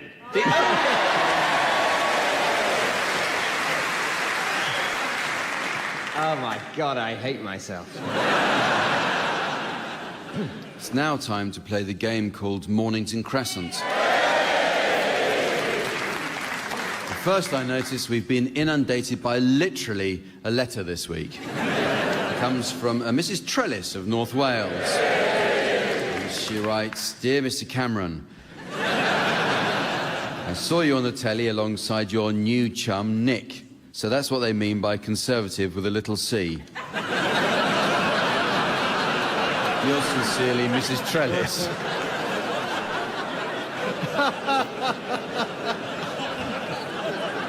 Well, on with the game, and this week, in celebration of our proximity to Newmarket, we're going to play the Mornington Crescent Handicap Hurdles. This is an exciting variant, run over 5 furlongs with just 4 runners. David is the outsider in this game, while Tim is blinkered as usual, and Graeme is largely unfancied. So we'll be playing Tattersall's variation of the game, God. yes, where all vectored points are valid as long as the player is mounted. Mounted. The going is good to firm, and Tim, you're to start. Right, I'll get going then. I think I'll start with Queensway, up and over. Right. Well, let's get moving. Oh, these jumps are close together. Victoria. Yeah. Yes. Right. Okay. Which... I'd rather you didn't do that. Sorry. Oh. Sorry, that time it was the horse. Okay, well, I think... yeah.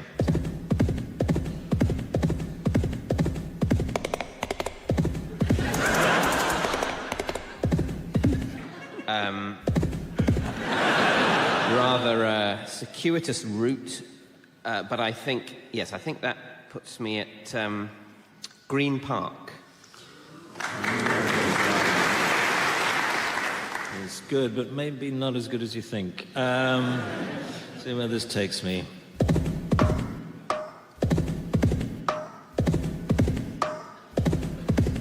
This horse has got a wooden leg. Never mind. Yeah. Whoa, whoa, coconuts. Found our way to Fairlop. Fairlop? Oh, boy. Fairlop, that is tricky. Okay. Sorry. I really am sorry. St Martin's Lane, then. Oh, right.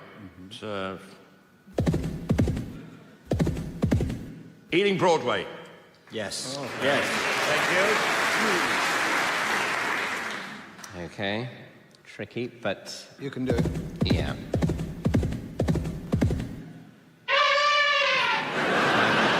And, yes, Elephant and Castle. Right, I think I'm ahead of the field at the moment, but the riders are catching me.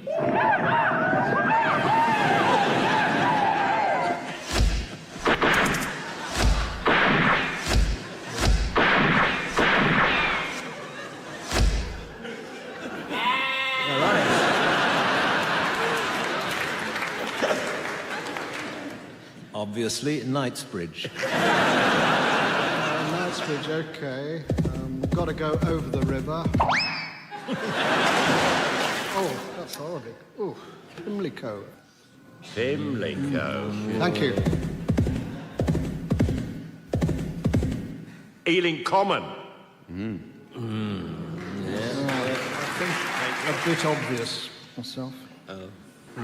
Well, tricky, but yes.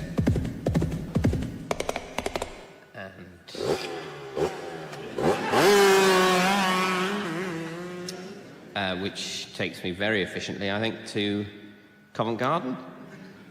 Okay, I suppose. Careful, Covent careful. Garden. Right, I've got to restart my horse.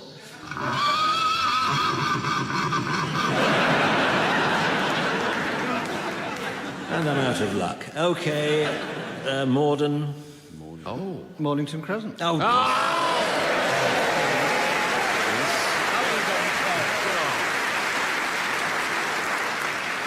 The next round takes a look at celebrity biographies. I've recently been reading the unauthorised biography of Tim Brooke-Taylor, It relates how at a new school Tim picked his nose all through assembly, let off stink bombs in class, then climbed over the wall into the girls' school playground and pulled his shorts down. His headmaster recalls Tim was one of the worst geography teachers they've ever employed. Okay, I have the first part of the title of various celebrity autobiographies, and I'd like the teams to try to guess what the full title might be. So, Tim, you start with this one. It's Katie Price and Peter Andre. Too much in... Formation. It's actually Too Much in Love. Obviously, they wrote it before they split up. David, Tiger Woods, How I Play... Around. Oh, God. Yes, well, actually, you're very close. It is imaginatively called How I Play Golf. Tiger Woods, but yes. Graham, C.S. Lewis, Surprised by... W.H. Auden in the shower.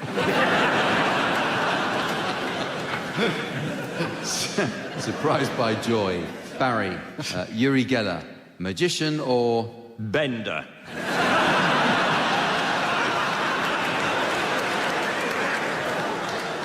He doesn't care anymore, does he? Magician or mystic? Tim, Jonathan Ross, why do I say... Round the ragged rocks, the ragged rascal. Why do I say these things? David, Paul Daniels, under no... Contract anymore. It's actually under no illusion, or under no illusion, as he might say. He could be in the room. Well, if we'd booked him, he could. Graham, Roger Moore, my word. Is that the time? It's my word is my bond. Oh, clever. Oh, My word is my bond. oh, Nicholas Parson. Barry, Michael Jackson, the magic, the madness, the... Mortuary. The whole story. Here's some for any of you to have a go at. John Prescott, pulling no... More secretaries. It's pulling no punches. Oh. Donald Trump, no such thing as... A bad hair day. No such thing as overexposure, he says. Oh. Okay, Jeffrey Archer, in for a... Stretch. in for a penny, actually, it was called. Oh, for a penny. Cherie Blair, speaking for... 20,000 quid a pop. Speaking for myself. Piers Morgan, Misadventures of a Big... Girl's blouse. Big mouth Brit, actually. And finally, Mother Teresa of Calcutta, My Life... As a pickled walnut impersonator.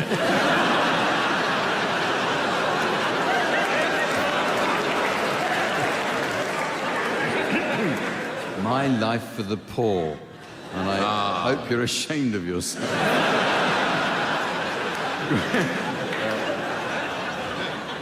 It's music time again with Just a Minim. And this is the team's musical version of the long-running wireless favourite, Just a Minute, which after 40 years still comes back every 6 months, hosted by Nicholas Parsons. I never miss him. In Just a Minute, the team's task is to sing a song without hesitation, deviation or repetition to the piano accompaniment provided by Colin Sell. Listeners may be interested to learn that for a long time, Colin was said to be Dylan's favourite pianist. And then they got taken over by Waterstones, who don't have piped music. Okay, so the song I'd like you to sing without repetition, hesitation or deviation is You've Got to Pick a Pocket or Two. So would you please start, Barry?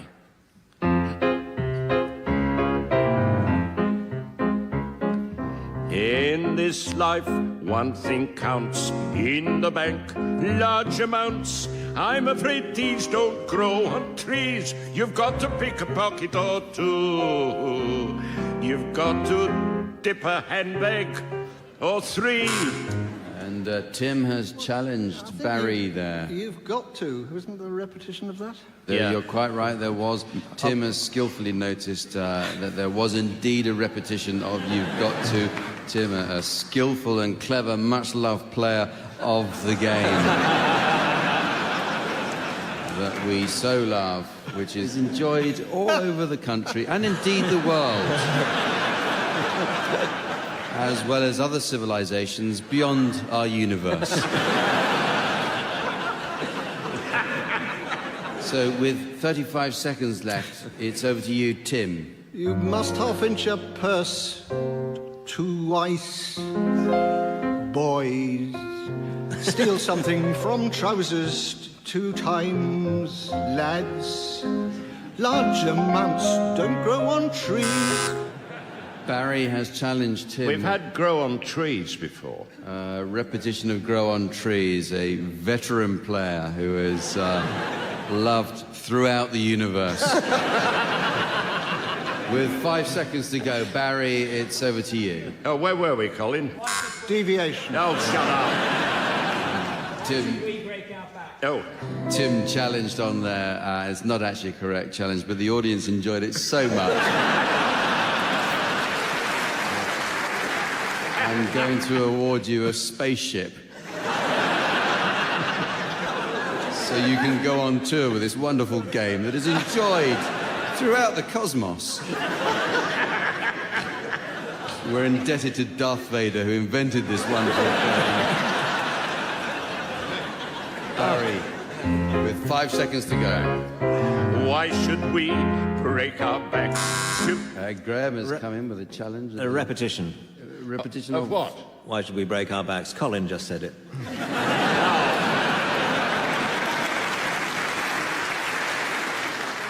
Graham, I'm sorry, I can't allow that. Over to you with 2 seconds left, Barry. Better get some... What? David has come in at the very Well, that last. was a hesitation. Oh, fuck. Clear hesitation. There was indeed a hesitation, well noted. David, a novice to the game, not played as often as the veterans around the table, but quite rightly noticed that there was a moment of hesitation with 1 second left to go. David. Tim has come in there. There was a hesitation. I noticed there was a hesitation, in fact. David, though, is not such a seasoned player as all of us might be, and therefore I'm going to let him off on this occasion, Tim. So back to you, David, with just less than a quarter of a second to go. And that means you're still going when the whistle went, which means that you are now the champion of the universe. One more song now. This is I'm Gonna Wash That Man Right Out of My Hair. Perhaps Tim could start this? I'm gonna wash that man right out of my hair. Me, I'm trying to rinse that fellow from my bonnet. I'd like to... And David has challenged you there, Tim. It's a little bit mean of me, but a repetition of my. Strictly speaking, yes, you did repeat the word my. Good luck if you think you're going to get any further without doing the same yourself. Nevertheless, with 59.5 seconds to go, over to you, David. And Graham is challenged. Hesitation. Oh, yes. Hesitation, serve you right, you're upstart. Over to you, Graham, with 40 seconds to go. It's up to me to shampoo the gentleman entirely beyond my locks and send him on his way. And Tim has challenged you there on... Total deviation from the tune. I have to agree. I think that was well noticed, Tim. Yes, he did come away from the tune, but Colin's doing his best, you know, so...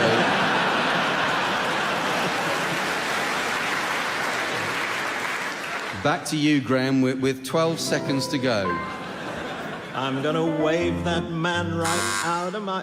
Barry has We've had challenged goner. We've had goner, haven't we? We have had goner before, correctly pointed out. Yes, well done. Barry has noticed that there was a repetition of the word goner. And as we know in this game that we so love and cherish and hold close to our hearts, repetition, hesitation or deviation cannot be allowed in the game in any way, manner or means whatsoever. I was talking when the whistle went.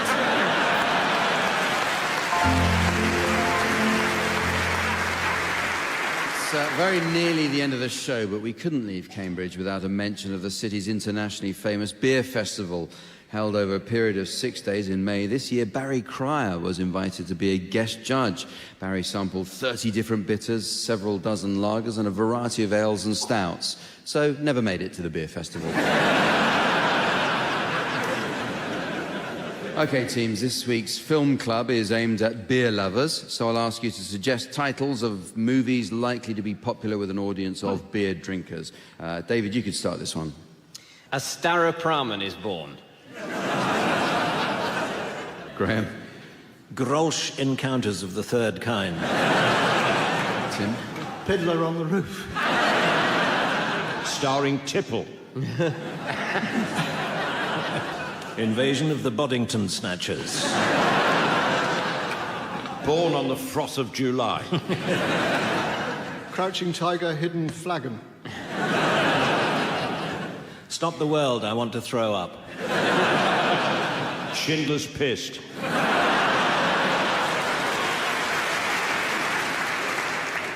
Bring me the creamy head of Alfredo Garcia. And so, ladies and gentlemen, I notice it's the end of the show, and in fact, the end of the series. And I have to say, I didn't regret being here for one moment. It was that moment just then when I said it's the end of the series. And with that, from the team, Samantha, myself, and our audience here in Cambridge, it's goodbye. Goodbye. Barry Cryer, Graeme Garden, Tim Brooke-Taylor and David Mitchell were being given silly things to do by Jack Dee, with Colin Sell setting some of them to music. The programme consultant was Ian Pattinson, and the producer was John Naismith.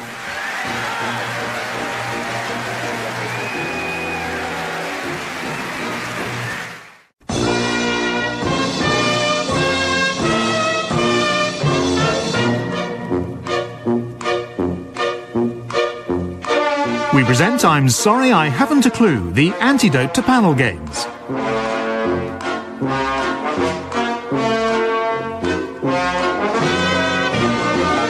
At the piano is Colin Sell, and your chairman is Jack Dee.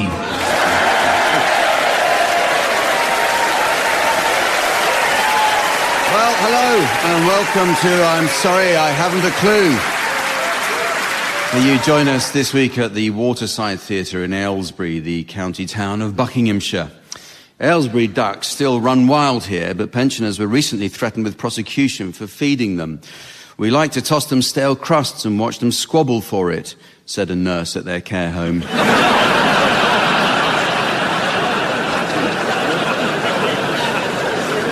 In the 1820s, an Aylesbury man became Britain's first forensic scientist. It was Gresham Elliott who devised a system for the storage and cataloguing of stolen goods in what we now call the British Museum.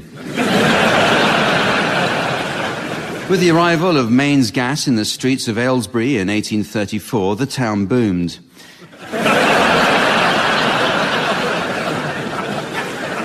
In fact, they heard the explosion in Amersham. In the 1870s, Aylesbury was the home of the first Englishman to visit Lourdes. Reginald Chapman had never walked, but at the age of 47, the town bought him a rail ticket to Lourdes, where he was helped into the water and managed to get out of his wheelchair. The event was reported by the Bucks Evening Herald with the headline, "Aylesbury man drowns in France."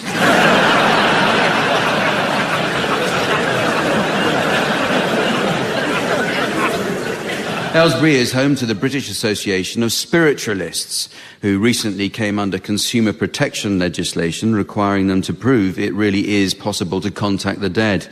The Trading Standards Officer was amazed when they did actually get through to BT Broadband customer support.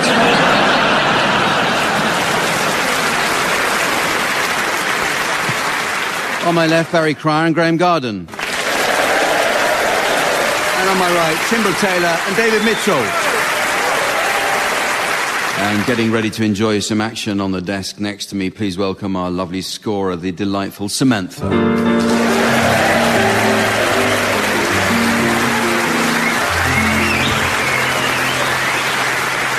Now, before we start, we must congratulate Tim and Graeme for their OBEs.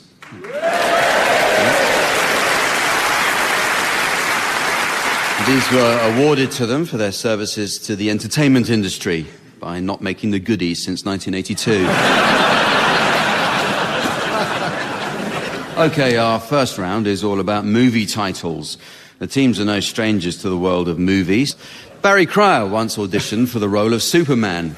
At least that's how Barry explained in court why he took his trousers off in a phone box.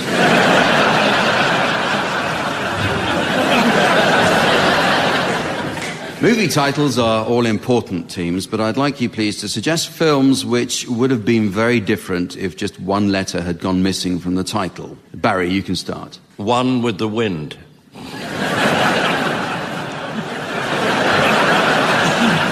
Tim.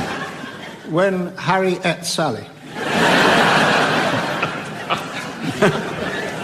David. Some Lick It Hot. Graeme. Only angels have wigs. Pubic Enemy #1. The Adventures of Robin Hood. The Pink Panther. The Turd Man.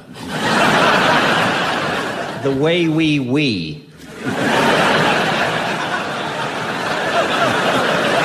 Sleepless in Settle. The Never-Ending Tory. Ill Bill. Mutiny on the Bunty. Zorba the Geek. My Fair Lay.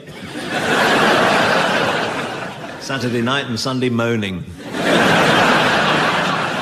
I was going to take the O out of the Count of Monte Cristo, but Monte Cristo doesn't really mean anything. Moving on, the teams are going to sing for us now in the round called One Song to the Tune of Another. Now, you'd have to be entirely ignorant of even the basic rules of music and comedy not to understand how this works. So, teams, this is how it works. A song is virtually exactly like a pair of curtains on your window. The curtains or tune can be pulled back to allow rays of light or words to flood in. And then the curtains are drawn across at night, or to put it another way, the words are removed to be replaced by fresh light or new words the following morning. And there you have it, one song to the tune of another. Now, I know what you're thinking, teams. Shouldn't these curtains be lined? Well, yes, indeed they should. But with what? Isn't there a danger your new linings might go out of fashion? So, teams, where do we go to find backing material that's always timeless?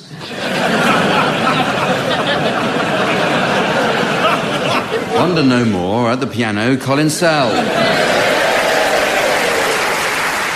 Okay, we'll start with you, Barry. I'd like you to sing the words of I've Got a Brand New Combine Harvester to the tune of the Rolling Stones' As Tears Go By.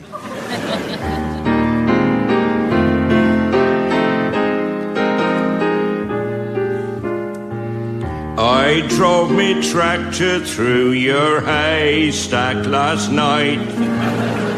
I threw me pitchfork at your dog to keep quiet. Now something's telling me that you're avoiding me.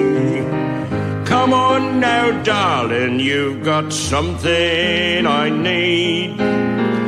'Cause I got a brand new combine harvester. I'll give you the key, come on now. Let's get together in perfect harmony.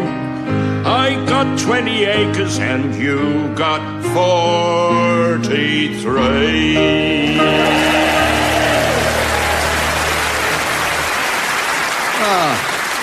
Barry Cryer. It makes you want to have a whip round for Southern Cross, doesn't it?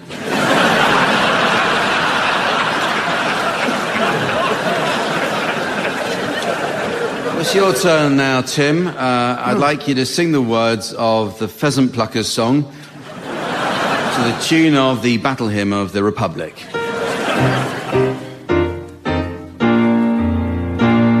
My husband is a keeper, he's a very busy man. I try to understand him and I help him all I can. But sometimes of an evening I feel a trifle dim, all alone and plucking pheasants when I'd rather pluck with him. I'm not the pheasant plucker, I'm the pheasant plucker's mate. And I'm only plucking pheasants 'cause the pheasants plucker's late. Not good at a pheasant plucking, I get stuck. Though some pheasants find it pleasant, I'd much rather pluck a duck. Oh, but plucking geese is gorgeous, I can pluck a goose with ease. But plucking pheasants is sheer torture, for they haven't any grease. I'm not the pheasant plucker, he has gone out on the tiles. He only plucked one pheasant, and I'm sitting here with piles.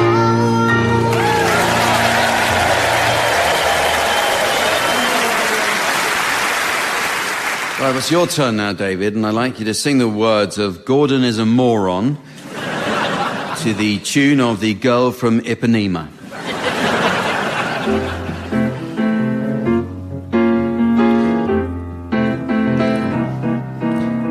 I've been going out with a girl, her name is Julie, but last night she said to me when we were watching telly, this is what she said. She said, listen, John, I love you, but there's this bloke I fancy. I don't want to two-time you, so it's the end for you and me. Who's this bloke, I asked her. Gordon, she replied. Not that puff, I said, dismayed. Yes, but he's no puff, she cried. Oh, she is cruel and heartless to pack me for Gordon just 'cause he's better looking than me, just 'cause he's cool and trendy, but I know he's a moron. Gordon is a moron. Gordon is a moron.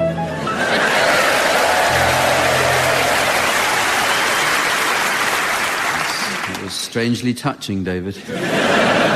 Finally, Graeme, I'd like you to sing the words of the theme from Shaft to the tune of My Grandfather's Clock.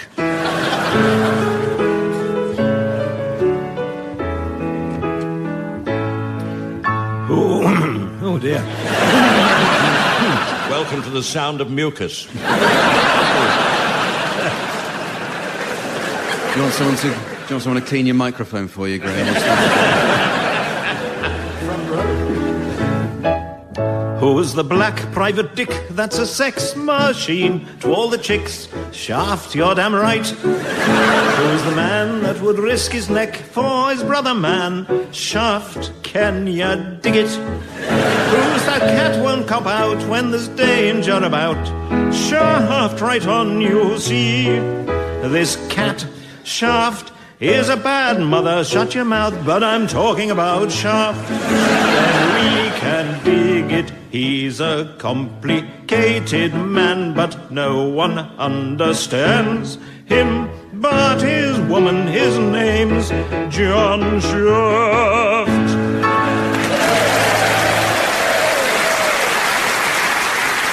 So the next game is called Word for Word. In Word for Word, each team will take turns to exchange a series of words, while the opposing team should challenge if they spot a connection between any of these words. So if, for instance, in our time was followed by anybody, I think we'd all be surprised. Tim and David, you can start exchanging your unrelated words, while Barry and Graeme should challenge to take over play if they detect a connection. So off you go, Tim and David. Sorcery. Curtains. Juniper. Thoughtlessly. Daily. Android. Yeah, Barry. Daily Android, Sixes rock group. I've got the album. Could you hum one of their songs, Barry? I have in my... They call me the Daily Android. Okay, you win.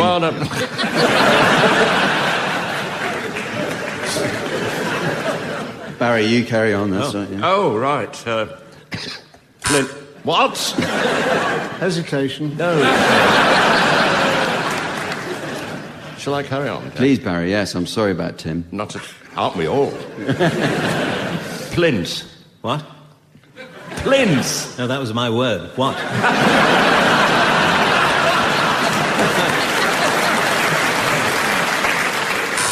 Repetition of what? No, I can't allow that. That's it's not about enough. repetition, it's about connections. It's not Right. the same as the game that we all love and enjoy so much. Not only here, but throughout the world. So I shan't allow that challenge. Barry, and yes, it's over to you still. Gusset. Jelly.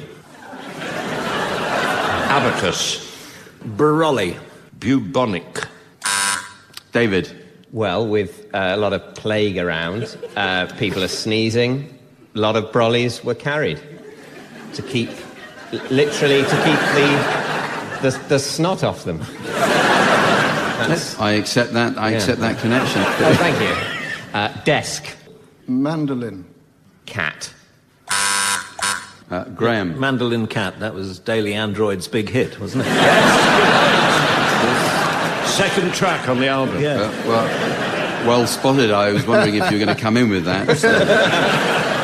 Gone has meant that is the end of that particular round. Yes. We're going to revive a great old TV show now, Opportunity Knocks. Running from 1956 for over 20 years, it was where young hopefuls wanting to get into show business got the chance to perform, and then the audience would vote for a weekly winner. That's such a great format. It is amazing the idea hasn't been stolen for today's TV by some lazy self-promoter, isn't it? But you'd be hard-pressed to match Huey Green and his famous clapometer. Oh, yes, they did rigorous health checks in those days. But with such a format going to waste, we couldn't resist bringing you our new round called Buckinghamshire's Got Talent. The teams have each been mentoring some talented locals who will perform for us tonight, and I shall choose who goes through to the next heat of the competition. So, David and Tim, could you introduce our first act now? Yes, we'd like to start with the amazing Disastro, and he's a spoon thrower. Due to the conditions of his parole. Anyway, Tina's going to be strapped to the rotating target. Okay, Tina? Okay, I think we're ready.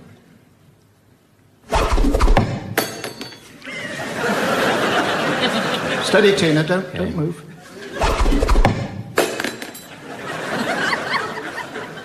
Yeah.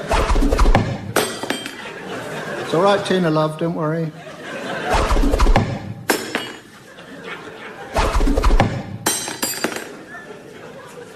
That is fantastic.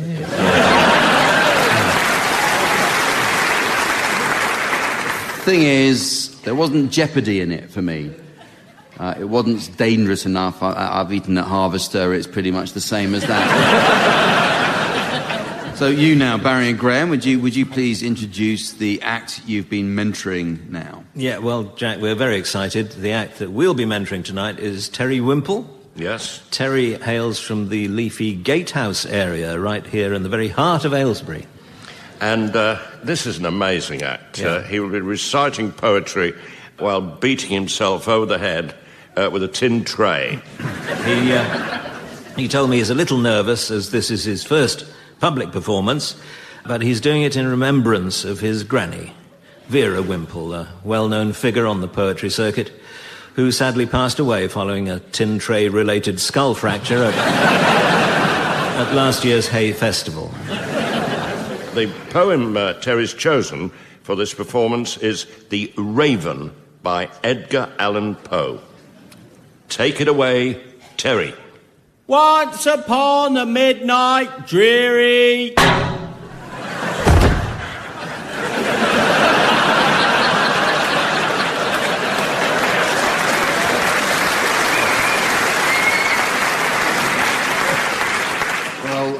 Terry, you know, here's the thing. I think that was the wrong choice of poem. And I know you've been on an incredible journey to get here tonight. And you're going on another journey home. Back to you, Tim and David. Can you introduce the next act now? Yes, David, it's...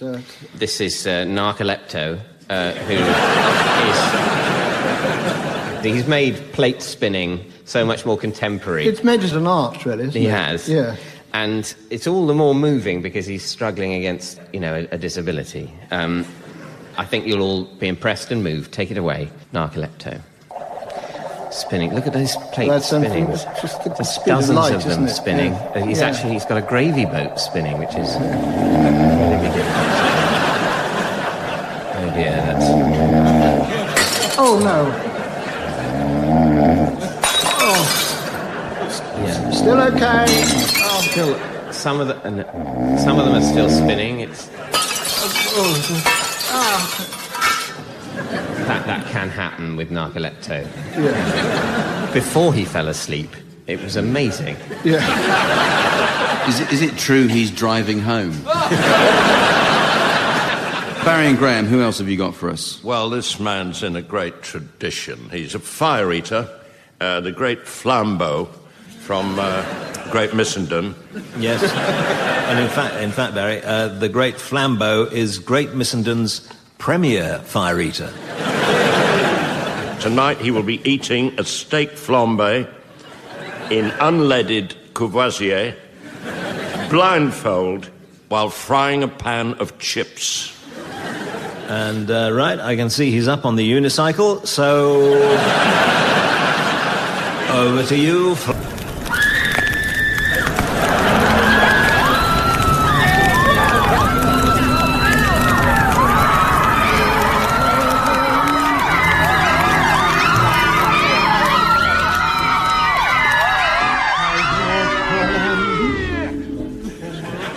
Thank you, Flambeau.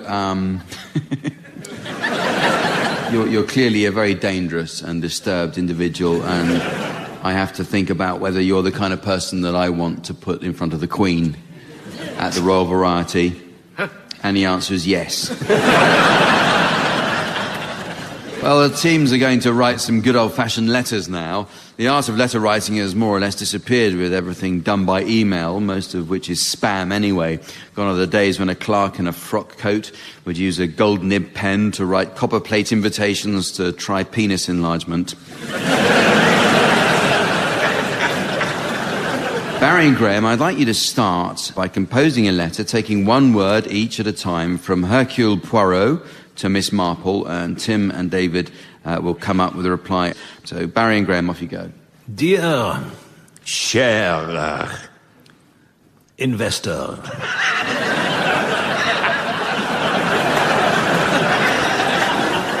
I am engaged in investigating a murder on the Aylesbury bypass. Let Me tell you what happened one Tuesday or Wednesday or maybe Thursday I was walking by the canal and suddenly I saw a man in the canal who seemed very dead. Immediately I went in to the shop and bought a pair of water wings. Then I ran to the telephone, which was on a small yet attractive plinth. So I rang the police and told them about the body. here Here, they cried. because They already knew of the body in the canal. because It was inflatable.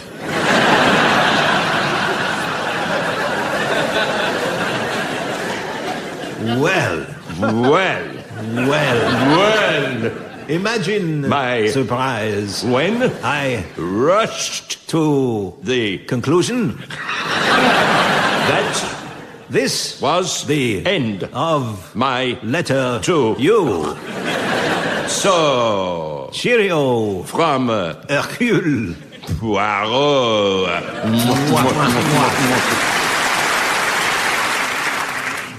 Dear, Poirot, I don't think that you quite understand the intricacies of murder. because I have come to the conclusion that many men are. dead. Meanwhile, The nub of this question must lie in the inflatable man who is still in the canal. who Is he I wonder can you tell me about his history for reasons I wish to keep. secret I would like to see him in a large dinghy, and perhaps I would give him one. please Will you send me his address lots of love. Jane.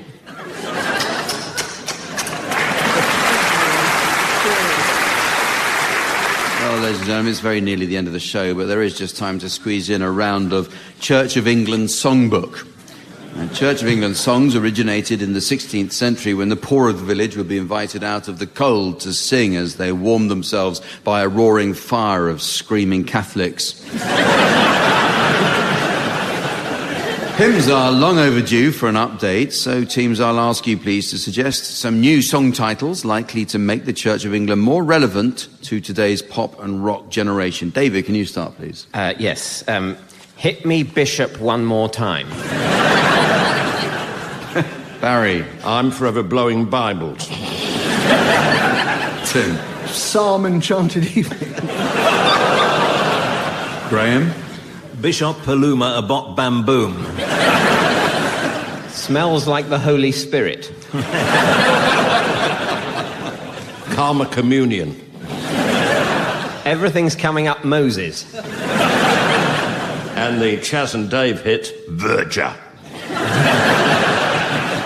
Bar, bar, bar, bar, bar, Barabbas. Pulpit on a string. Super holy callous faction expels all the floaters. Careless Wimple. Leap up and down, wave your vicars in the air. A boy named Sue has a complaint about the christening. I did it thy way. I left my heart with some Franciscans. And so, ladies and gentlemen, as the rabbit of time is chased by the Labrador of fate and the David Blunkett of destiny is dragged screaming round Walthamstow dog track, I see it's the end of the show. So from the team, Samantha, myself and our audience here in Aylesbury, it's goodbye. Goodbye!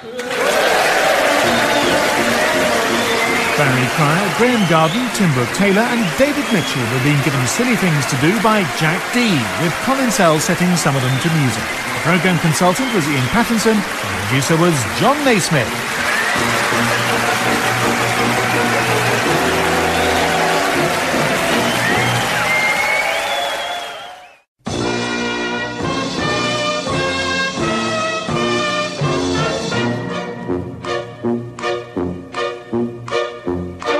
We present I'm Sorry I Haven't a Clue, the antidote to panel games.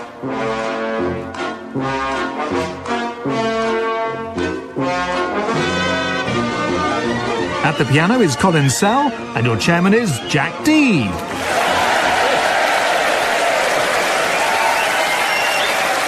Hello and welcome to I'm Sorry I Haven't a Clue. You join us today on a second visit to Aylesbury, the town known to locals as the Acapulco of Buckinghamshire. Because it makes them want to throw themselves off a cliff. The aviation pioneer Geoffrey de Havilland was born here and in 1908 decided to design and build an aeroplane. De Havilland spent 2 years trying to teach himself to fly, which was what convinced him he needed an aeroplane. De Havilland went on to found his own military aircraft factory and during World War II offered the RAF his new Mosquito bomber, but they said they were more interested in bombing Germans.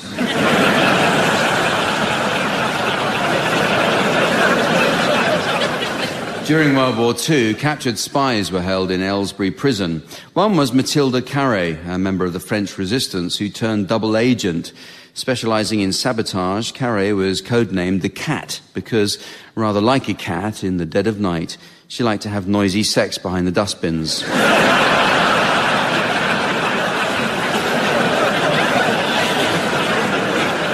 On my left, Barry Cryer and Graeme Garden. And on my right, Tim Brooke-Taylor and David Mitchell. And taking up her usual position and ready to score, please welcome the ever delightful Samantha.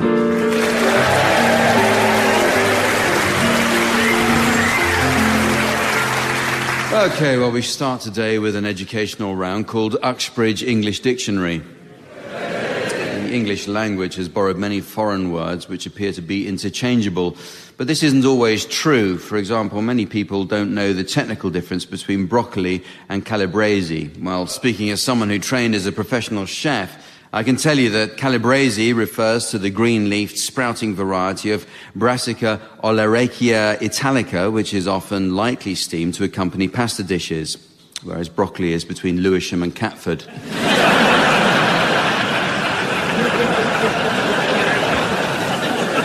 Words are constantly changing their meanings, team, so I'd like you to share with us any new definitions you may have spotted recently. So, Tim, can you start? Reindeer, a Michael Winner weather prediction.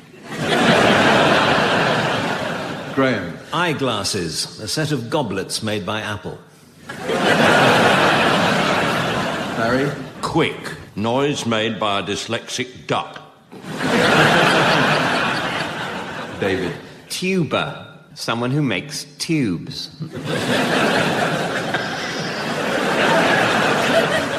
Eyesore, a carpentry tool made by Apple.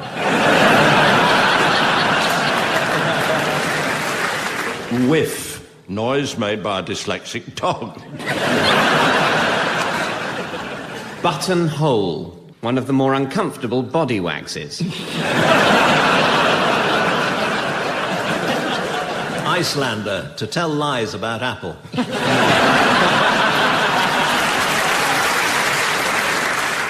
Homophobic, allergic to Greek epic poetry. Pretext, letters and phone calls. Hormone, professional fake orgasm.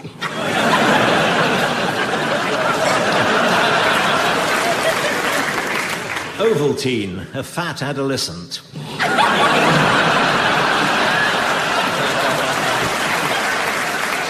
Bungalow, small building used for Berlusconi parties.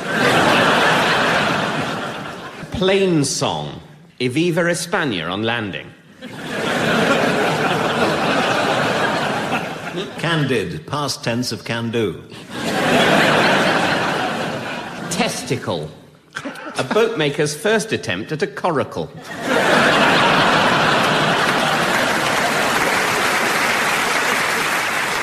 The teams are going to display their acting skills now in the game called Sound Charades. This is based on the old TV favourite Give Us a Clue, where the audience were kept in stitches by silent performances. The team's version is a neat reversal of that. Give Us a Clue's undisputed mime master was, of course, Lionel Blair. These days, Lionel is often seen judging talent contests. He recently saw a group of young impressionists who did Hollywood stars such as Tom Cruise, Bruce Willis and Jack Nicholson. Lionel said he didn't think much of their Cruise or Nicholson, but he did ask to see their Willis again afterwards.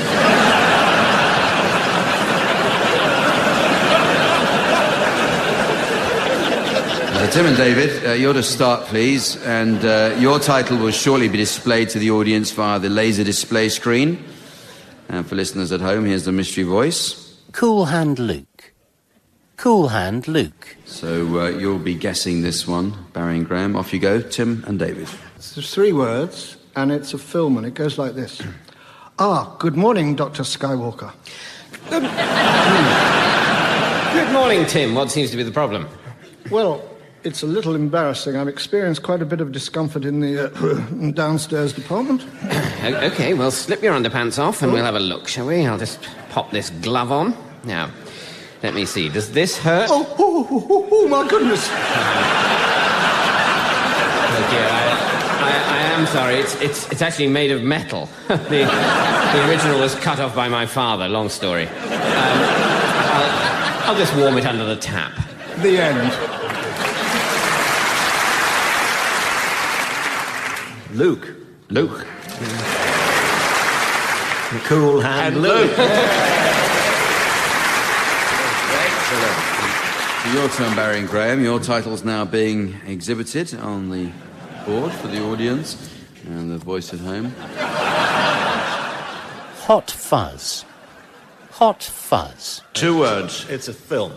Dougal. Hamish. Well, Hamish, you'll have had your tea. No. And you can keep that steaming pot away from me. But where on earth have you been, man? I've been away at the Grin and Bear It nudist camp.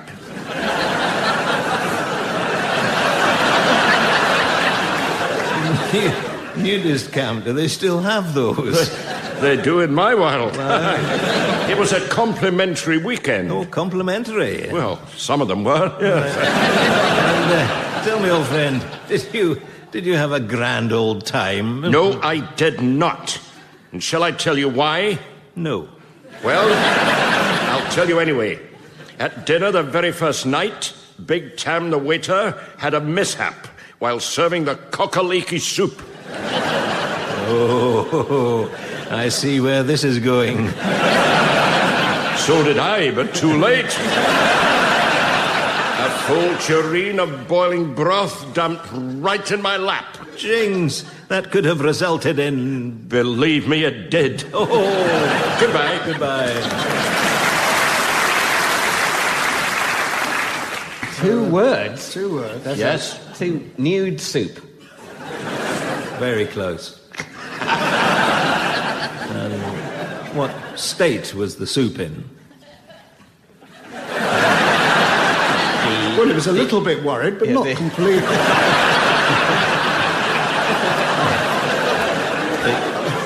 The liquid state. No, it was fresh. Soup coming straight out of Hot. the kitchen. Yeah.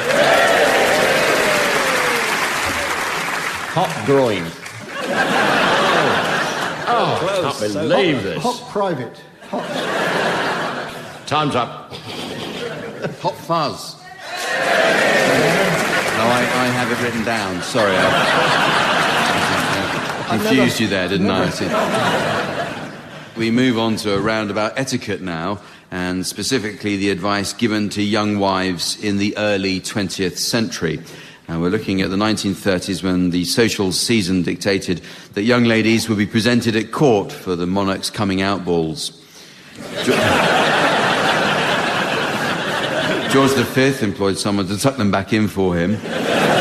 Okay, so I brought with me a selection of genuine advice for young wives taken from a 1930s etiquette book, certain parts of which have been removed, and your job, teams, is to fill in the missing sections. Okay, so do, above everything, eliminate from your vocabulary that objectionable phrase, Hello, my name's Anne Robinson. I told you so. It's not clever to run down your husband in front of friends and neighbours. You may think it makes you look big, but most people will go away and say you are a dangerous driver.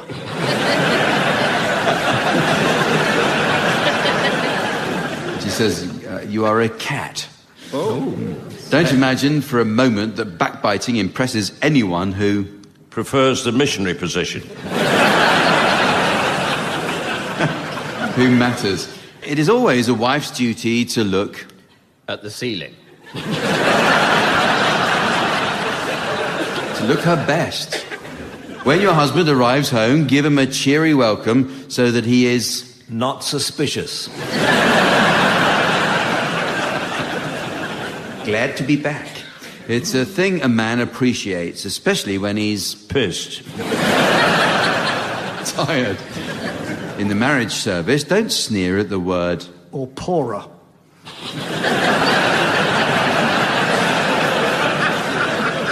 obey. There is a great deal of truth in Tennyson's words. An obedient wife Is a man's... Oh, sorry, dear. Yes, just coming.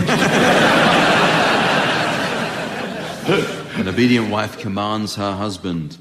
If your husband's income falls away in any way, don't wait for him to suggest it, but bring forward at once any methods by which you can Divorce him. economise in the housekeeping. Don't get slovenly. The woman who comes down to breakfast in a dingy old dressing gown and bedroom slippers is going to Save time when the milkman arrives.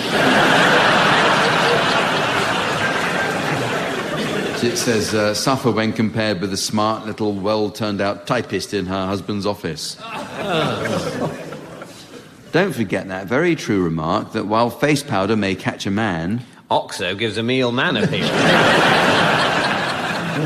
Almost, baking powder is the stuff to hold him. Your steamed puddings may be excellent, but that is no reason why your husband or family should See you wandering about without a bra.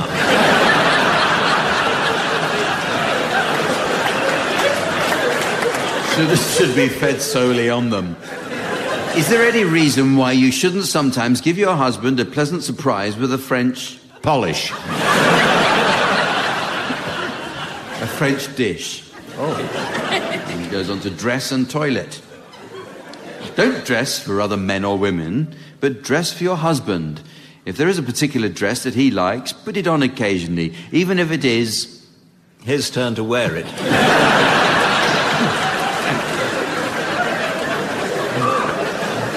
even if it is out of fashion. Don't do your makeup on the dance floor. The proper place for that is On your face. the dressing room.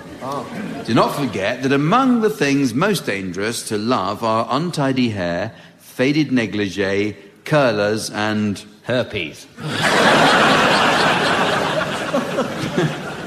bedroom slippers at the breakfast table.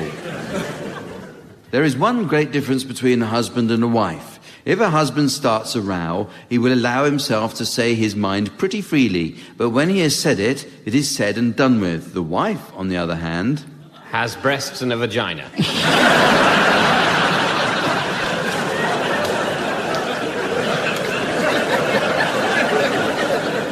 may be more careful of what she says at that time, but she will rake it all up again at a later opportunity. Men being very cautious about that one. It's now time to play the game called Mornington Crescents. But first we have our correspondence spot. Now, we can't reply to all the letters we receive from listeners every week because we don't read any of them. But I did see this one. It's from a Mrs. Trellis of North Wales. And she writes, "Dear teams, when I noticed in the Radio Times that your show was back, there were 3 big ticks next to the listing, so I sprayed them with DDT. Yours, etc., Mrs. Trellis." Well, this week we'll be playing the Cockney version of the game made popular in London's East End. So remember, teams, positional play is illegal on any given diagonal, and each move must be preceded by the official rhyming slang. Right. Okay, so Tim, you can start. I'll start with the William and Kate, Notting Hill Gate. Michael Caine, Chancery Lane. Good. Portaloo, Waterloo. Oh, does that count as given? No, it's not given. No, that was but it's obviously past. And it's not really a diagonal either. Clickety-click, Hackney Wick. Very good. Julie Birchall, Barking.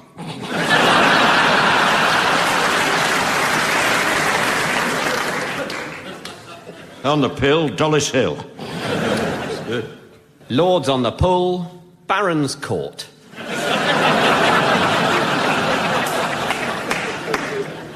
On its own, Vauxhall.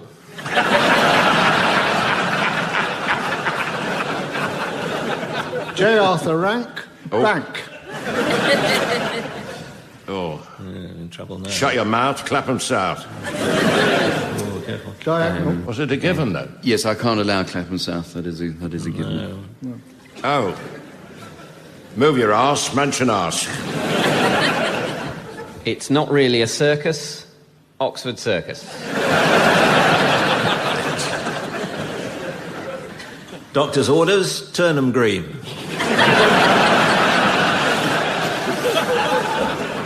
I'm a busy bee, Heathrow Terminals 1, 2 and 3.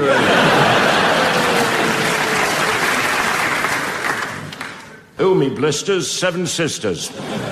Useless for shopping, Wapping. A short walk in the Hindu Kush, Shepherd's Bush. Quite unpleasant, Mornington Crescent.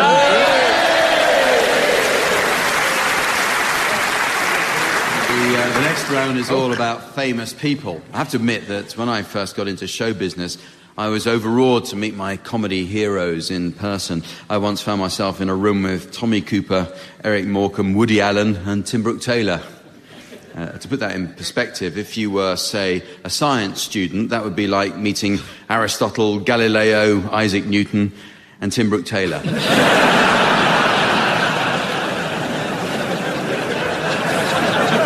Appropriately, since we're in Aylesbury this week, we're concentrating on celebrities who own ducks.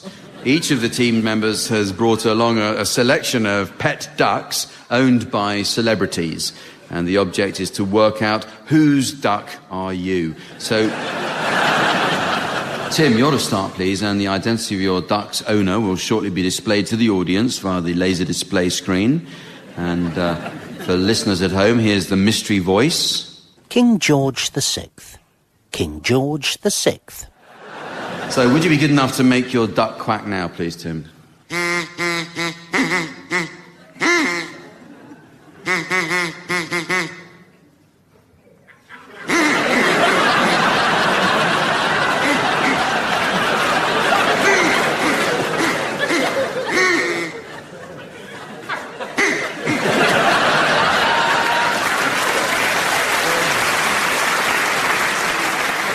There was a degree of hesitation there. Is it the King's duck? King George. King George the Sixth. Correct. Yes, Yeah.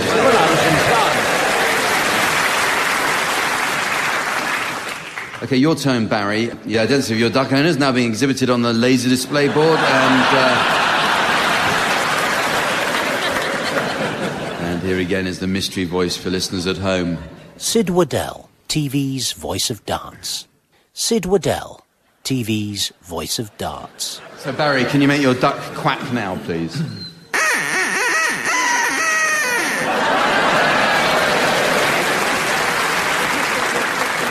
Ready? Could you do it again, please, Barry?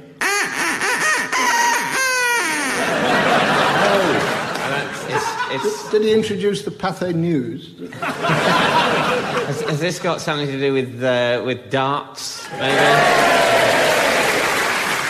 Which of the prominent darts referees to choose from? The original was Sid Thing. Waddell. Sid Thing. It was exactly Waddell. Sid Waddell. So your turn now, David, and the name of your duck's owner is now being displayed. Here he is, and the mystery voice for listeners at home. Alan Sugar. Alan Sugar. If you're ready, can we have your duck, please?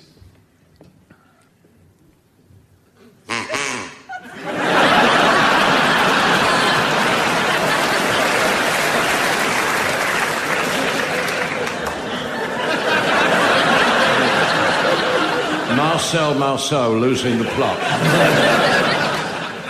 Sieg Heil? Could you do it again? Of course. Hello. Leslie Phillips. It's sort of less of a warm greeting. Who says piss off, then? Well, Pretty warm. Gordon Ramsay. Alan Sugar. And finally, Graeme, the identity of your duck's owners now being displayed. Here once the mystery voice. Barry Cryer. Barry Cryer. So, Graeme, when you're ready, can we please hear your duck?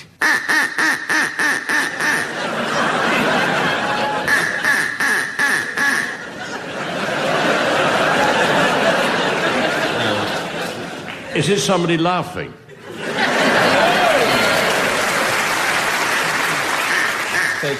Tommy Cooper.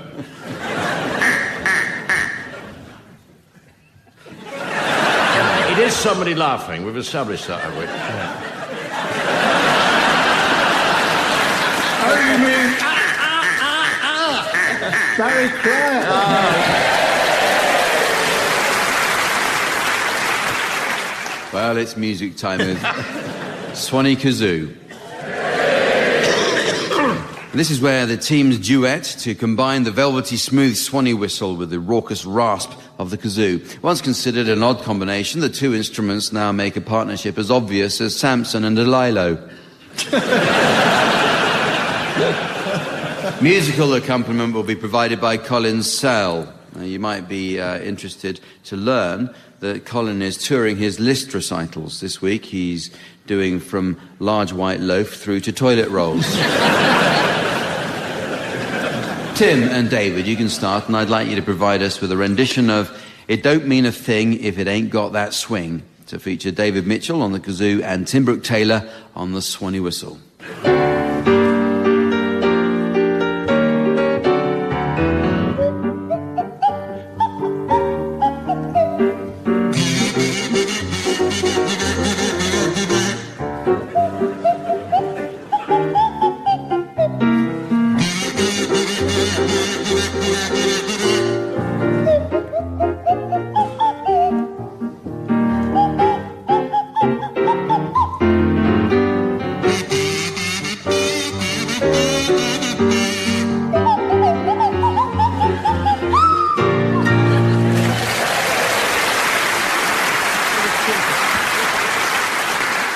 You now, Barry and Graeme, I'd like you to provide us with a rendition of Dave Brubeck's Take 5 to feature Barry Cryer on the kazoo and Graeme Garden on the Swanee whistle.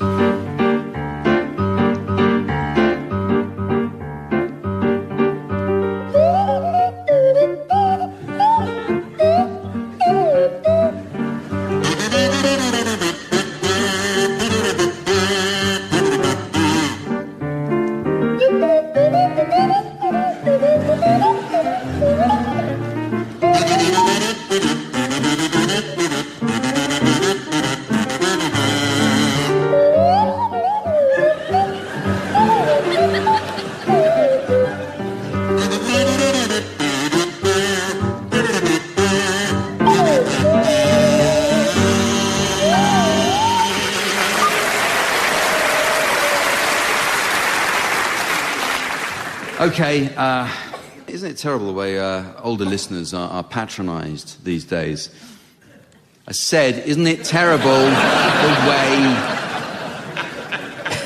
Now, we have a special round now aimed at the older listener, so the younger one can go out and make a cup of tea. As there are now more mobile phones in Britain than people, text messages have become the means of communication of choice for millions. But text acronyms have so far been devised only for younger users. So, teams, I have a selection of popular acronyms with me, and I'd like you to suggest what they might mean to the older listener. So, Barry, you can start. What does this stand for? OMG. Oh, my gout. It's meant to be oh my God, of course. David, how about this? TBC. That's to be cremated. Tim, MYOB. Make your own Bovril. As opposed to mind your own business. Graham, BRB. Blue rinse babe. It means be right back to the younger people. Back to you, Barry. WTF. Whoops, tiny fart.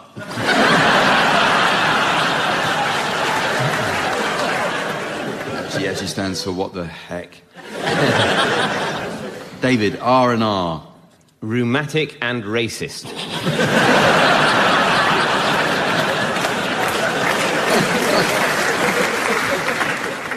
That's rest and recuperation, of course. So here, some for any of you to have a go at. OAP. On a promise.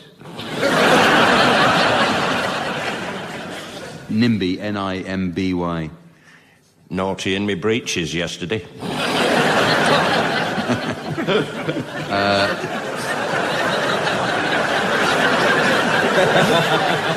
WYSIWYG, WYSIWYG.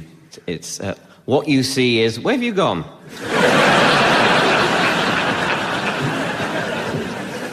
Yes, what you see is what you get, of course. BFF. Bedpan frighteningly full.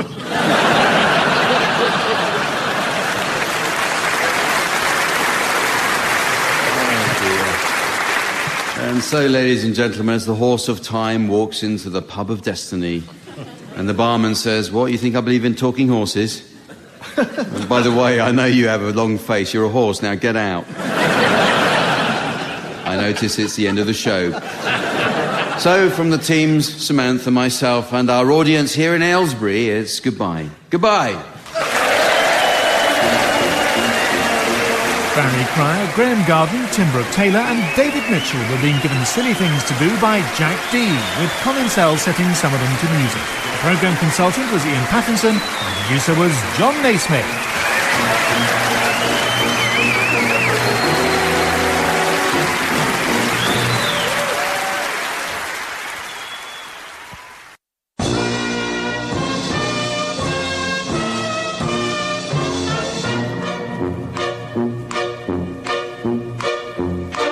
We present I'm Sorry I Haven't a Clue, the antidote to panel games.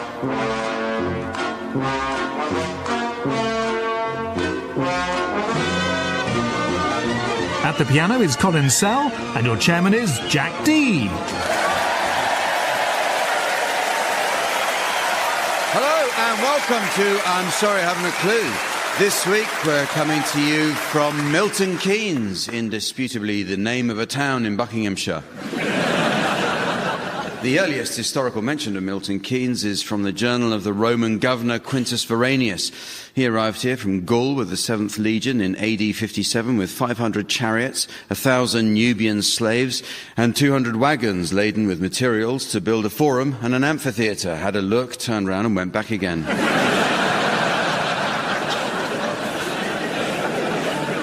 In the 1850s, Milton Keynes elected as mayor one Thomas Froggy Harris, who wanted to make the town a better place to live, a place where homeowners would happily leave their doors unlocked. It was certainly better for Harris because he was also a burglar. Harris was known as Froggy because he was once caught in a field making love to a French woman. He retired to live on a farm with his brother, Porky Harris.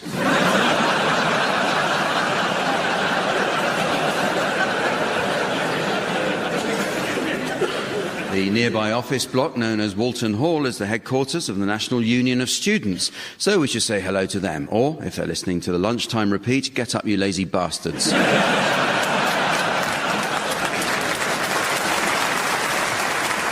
But students aren't alone in sleeping through a half-hour radio show. Let's meet the teams. On my left, Barry Cryer and Graeme Garden. And on my right, Tim Brooke-Taylor and David Mitchell. And keeping a keen eye on the team's points, please welcome our scorer, the ever-delightful Samantha.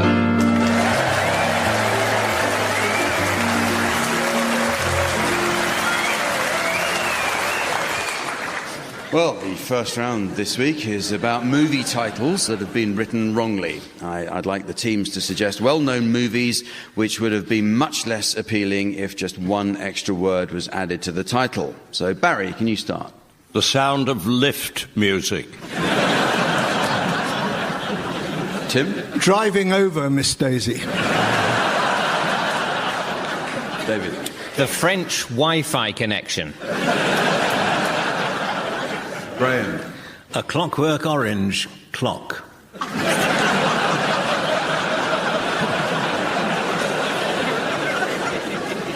Groundhog Day 2.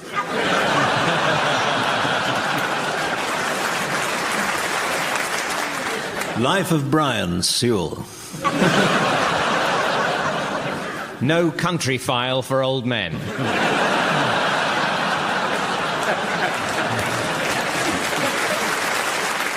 For a few dollars, Roger Moore.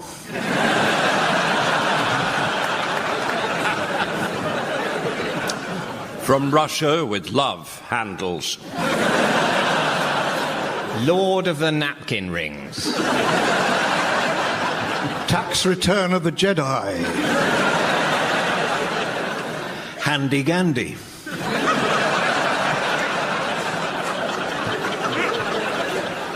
Batman Returns Jumper.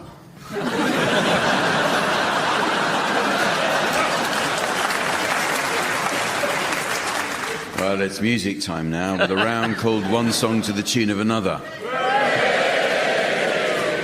Now, this is where the teams take two songs and mix up the wrong tune with the wrong words. It's a kind of musical dyslexia, so Barry Cryer should be good at this. Barry developed trauma-induced dyslexia after he was threatened by a man with a canoe.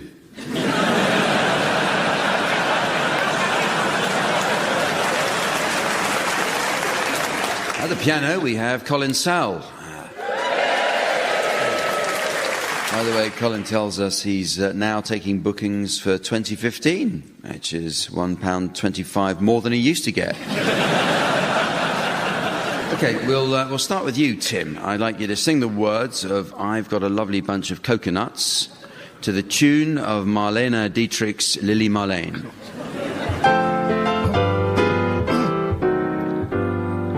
I've got a lovely bunch of coconuts. They're all standing in a row. Big ones, small ones, some as big as your head. Give them a twist, a flick of the wrist. That's what the showman said. I've got a lovely bunch of coconuts. Every ball you throw will make me rich. There stands my wife, the idol of my life, singing roll a ball, a ball, a penny a pitch. Roll a ball, a penny a pitch. Roll a ball, a penny a pitch. Thank you. You now, Barry, I'd like you to sing the words of The Sound of Silence by Simon and Garfunkel to the tune of Down at the Old Bull and Bush. Hello, darkness, my old friend. I've come to talk with you again. Na, na, na, na. A vision softly creeping left its seats while I was sleeping. The vision that was planted in my brain still remains within the sound of silence. In restless dreams I walked alone on narrow streets of cobblestone. Neath the halo of a street lamp I turned my collar to the cold. Na na na na na. Then when my eyes were stabbed by the flash of a neon light that did that I touched the sound of silence. In the naked light I saw 10,000 people, maybe more, people talking without speaking.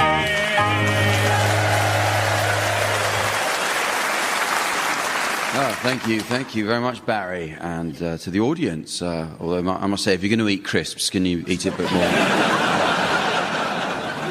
So, David, it's your turn. I'd like you to sing the words of Big Mouth Strikes Again by the Smiths to the tune of On the Street Where You Live. Sweetness, sweetness, I was only joking when I said I'd like to smash every tooth in your head. Oh, sweetness, sweetness, I was only joking when I said by rights you should be bludgeoned in your bed. And now I know how Joan of Arc felt now. I know how Joan of Arc felt as the flames rose to her Roman nose, and her Walkman started to melt. Oh, big mouth, la da dum da da.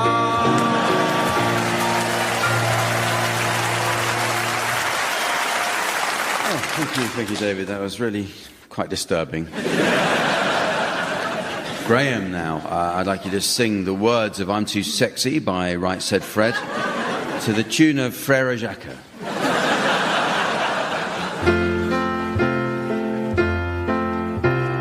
I'm too sexy for my love, for my love. Too sexy for my love, too sexy for my love. Love's gonna leave me, love's gonna leave me. I'm too sexy for my shirt, for my shirt. Too sexy for my shirt, too sexy for my shirt. So sexy it hurts, so sexy it hurts. Too sexy for my shirt, so sexy it hurts, so sexy it hurts. So sexy it hurts, so sexy it hurts, so sexy it hurts.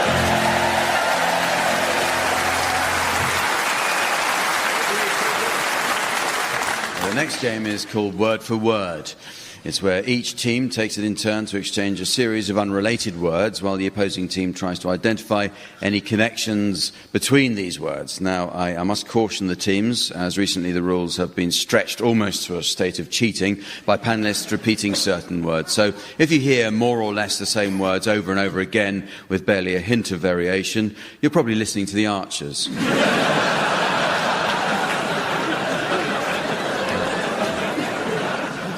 So off you go, Tim and David. Trumpet. Furiously. Selfie. Puke. Cummerbund. Hope.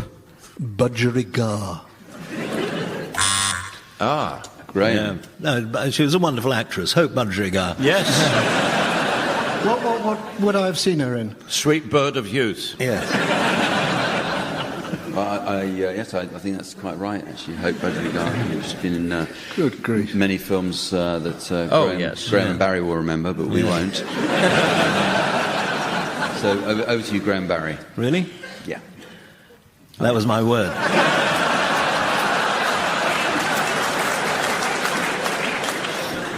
Definitely.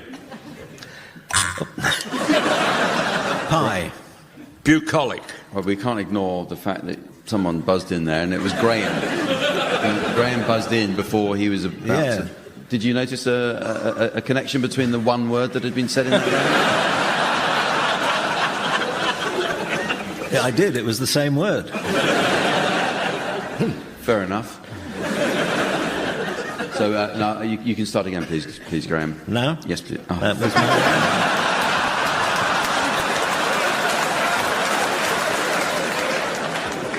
Coriander. Greasy. Deficit. Weep. Existential. Light. Fop. David is... Light and fop. There's a link between all things light and all things foppish. It's a musical, The Light and the Foppish, from the 17th century, recently rediscovered. Could you name any of the songs? They're obviously well known, David. No, they're not very well known at all, and so I couldn't. Who was the composer of that? It's lost. We're hoping it's Shakespeare. Yes, because he really didn't write enough, did he, Shakespeare? We're hoping to add to his canon. I don't think his musicals are the best of his work. What did the audience? Have you heard of this new musical, old musical? See, they all have. Absolutely no help at all. Thank you. Well, you're very keen on the idea, David. So yes, I'll let you continue with that. I'll give you that. Okay. Panic. Beautician. Mollycoddle. Arable. Bigamous. Anteater. Barry. Bigamous Anteater. Yes, this was a 17th century bawdy comedy about the bigamous anteater. Yes, very well known. Congreve, I think I remember. Did he happen to write any musicals? No, there was no music in it, Jack. No music in it. Okay. But written by Congreve. I know who wrote it. Oh, it's all right. No need to get so ratty. It's just a game. We're trying to keep it light. And foppish.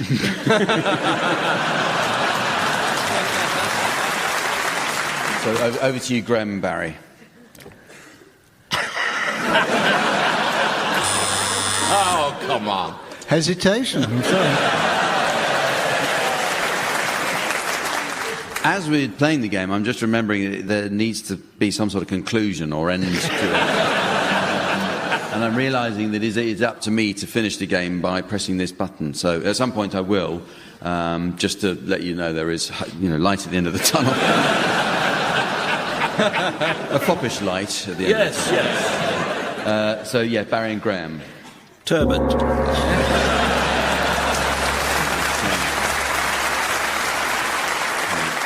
Sadly, we didn't have enough time to carry on with that.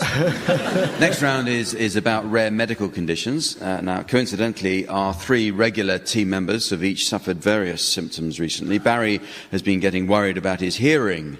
It's next Thursday.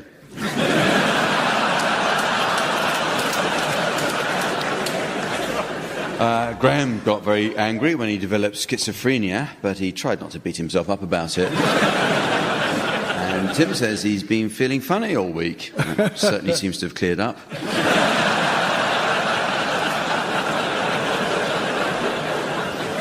Okay, well, we'll start with you, Tim and David. You're suffering from an unusual medical complaint and have just been called for your appointment with Doctors Barry and Graeme. You must outline your symptoms to them, and they'll be awarded points based on how accurately they're able to diagnose your condition. So the identity of your complaint's now being displayed to the audience via the laser display screen. And for listeners at home, here's the mystery voice. Tim and David think they're members of UKIP. Tim and David think they're members of UKIP. Morning. Good morning. Morning. So what seems to be the trouble? There's nothing wrong with us. Oh. No.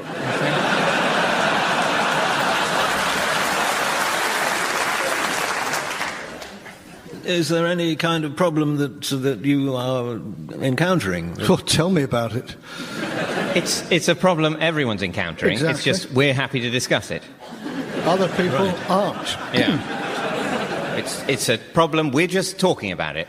Is there a political context? Well, if you want to read that into it. Are we allowed to smoke in here? Well, UKIP if you want to, and... Yeah, they think they're members of UKIP.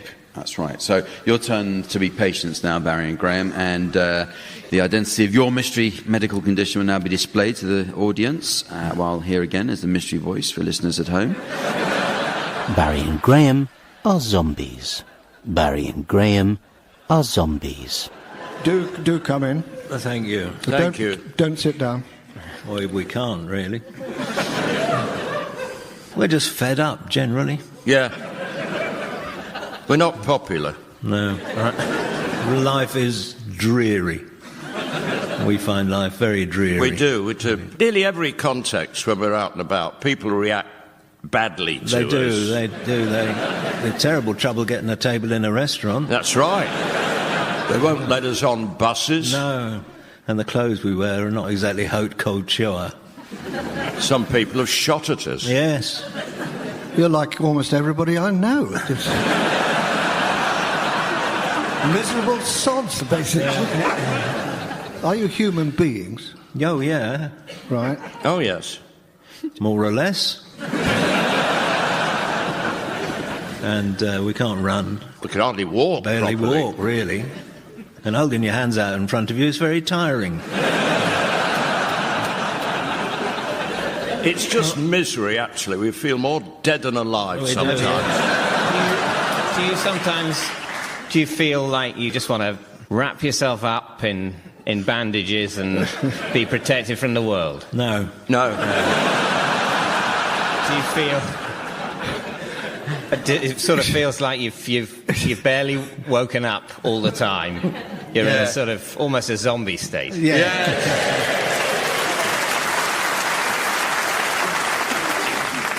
Oh, the next game is about the art of romance. Barry was telling us he recently bumped into his first ever girlfriend who he hadn't seen since 1957, but she was a bit drunk. In fact, she hasn't stopped drinking ever since the day Barry left her 56 years ago. That's what you call a celebration.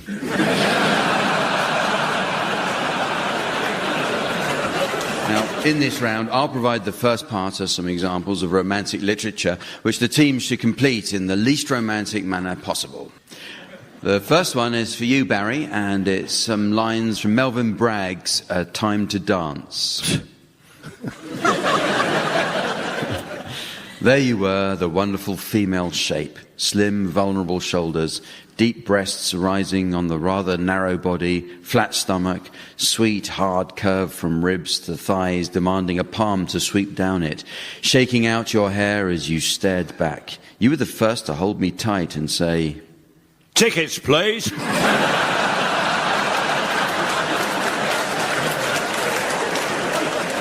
Say how much you loved it. I didn't know Melvin Bragg wrote crap.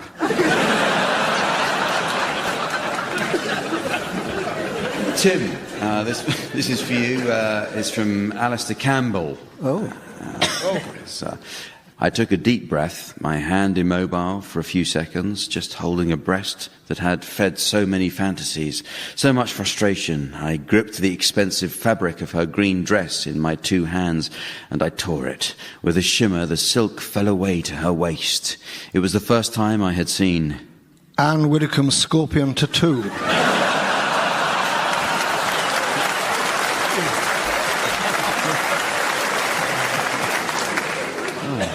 I don't think it was the first time myself.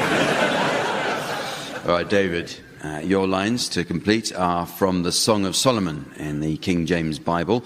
The voice of my beloved, behold, he cometh leaping upon the mountains, skipping upon the hills. My beloved is like a roe or a young hart. Behold, he standeth behind our wall. He looketh forth at the windows, showing himself through the lattice. My beloved spake and said unto me, Bah!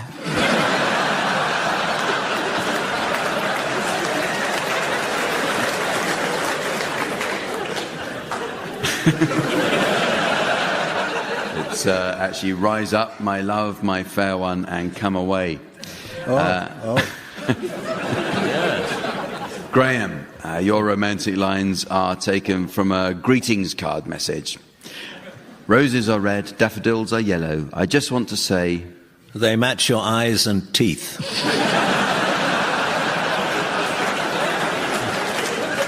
You're a real handsome fellow. Back to you, Barry, and it's another one from a greetings card message. Your hair is brown, your eyes are blue. Have I told you lately? I'm overdue.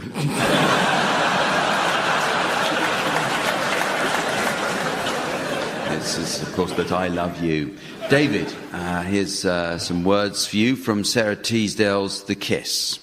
I hoped that he would love me, and he has kissed me on my mouth, but I am like a stricken bird that cannot reach the south. For though I know he loves me, tonight my heart is sad. The DNA test just came back, and he's my biological dad.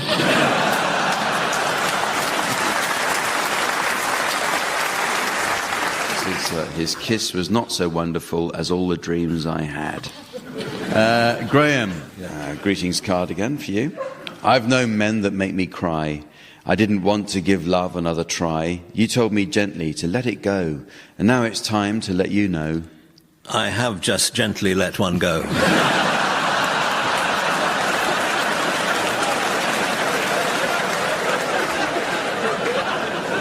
Well, I hope that was your answer.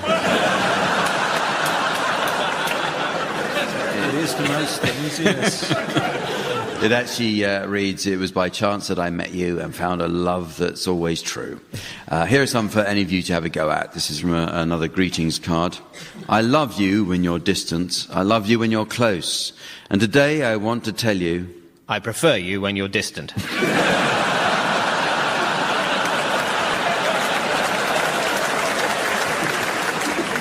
Actually, you're the one I love most. Oh, we're back to Melvyn Bragg now. From his novel A Time to Dance. And your hands would rush nervously up and down my back, down my flanks as we tried to kiss, talk, embrace, undress and feel each other all in the same instant. It doesn't matter what it really is, but... Frantically, we would separate and throw off clothes so fiercely that we often had to leave Waitrose. Found rips and tears in them later.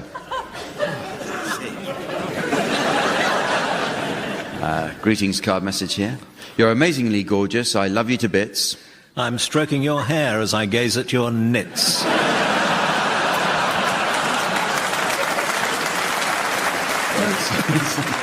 Actually says, so I've bought you this ring, I hope it fits.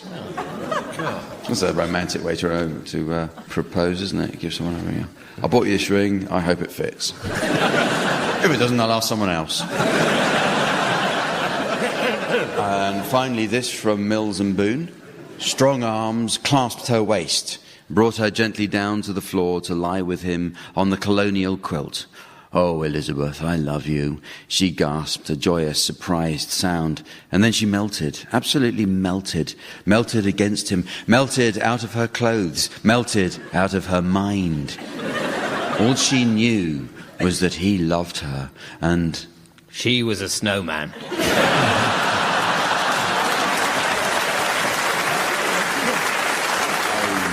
I could read you what it really is, but it's such rubbish. Yes, well, it is very nearly the end of the show, but there is just time for a round that will appeal to food lovers. Incidentally, there are some seasonal recipes on our website, including one for Nigella Lawson's Christmas Cake. Cake.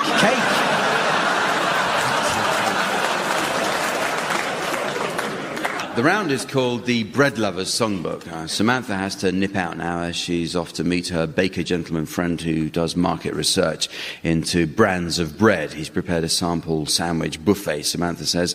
Last time she went, she was disappointed by his Hovis triangles, but was satisfied by his nimble fingers. So, while she's away, I'll ask the teams to suggest titles of songs likely to appeal to an audience of bread lovers. So, Barry... Can you please start? Another one bites the crust. Tim? Crumpet voluntary. Graeme? Hold it, flashbang, what a pitter. David? Focaccia falling star. Where has all the flour gone? Shake, shake, shake, shake your butty. When a man loves a Warburton. It's my chapati and I'll fry if I want to. Ain't no son blessed when he's gone. Stand by your nan. Do not leave me this way. On Mother Kelly's doorstep. Bake me up before you sourdough. Achy, bakey tart. Never mind the bannocks, it's the Sex Prestals. There's a guy works down the chip shop, swears he's Hovis.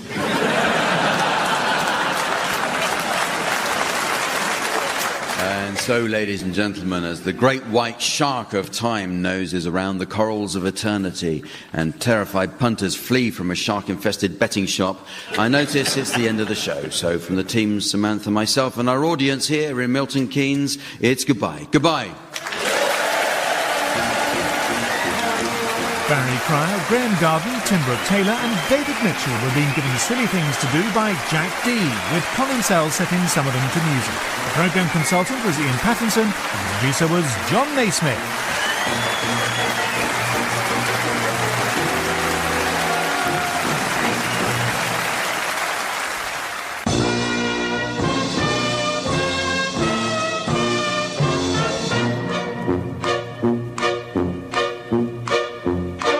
We present I'm Sorry I Haven't a Clue, the antidote to panel games.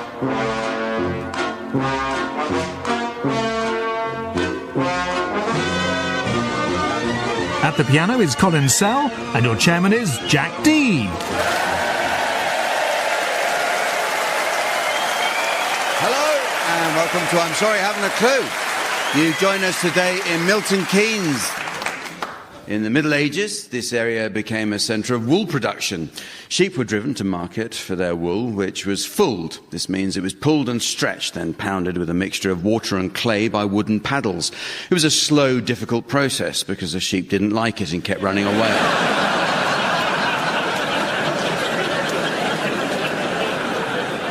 Milton Keynes was once a centre of pigeon racing. A local man called Albert Wilson bred the first world championship winning homing pigeon in 1947. The following year he sold it to a man in Barcelona, a man in Oslo, a man in Hamburg, and finally to a kebab shop in the high street. Wilson later bred one of the fastest pigeons in competition, which was timed by Luton Air Traffic Control doing over 130 miles an hour as it came out of the back of a jet engine.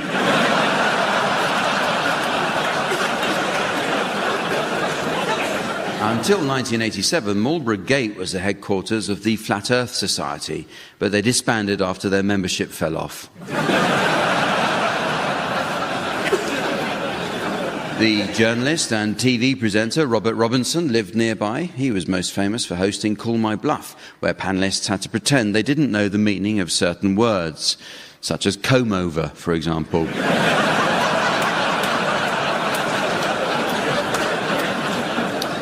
In 1998, Milton Keynes hosted a World Chess Championship qualifier between Anatoly Karpov and Nigel Short. The match ended with a shock move when Short sacrificed his knight in a pointless Sicilian defence, which saw Karpov declare an easy checkmate. But that's not the last time Milton Keynes has witnessed a pointless waste of a knight. Let's meet the teams. They are on my left, Barry Cryer and Graeme Garden. And on my right, Tim Brooke-Taylor and David Mitchell. And making a welcome return and eager to enjoy the action, please welcome our scorer, the ever-delightful Samantha.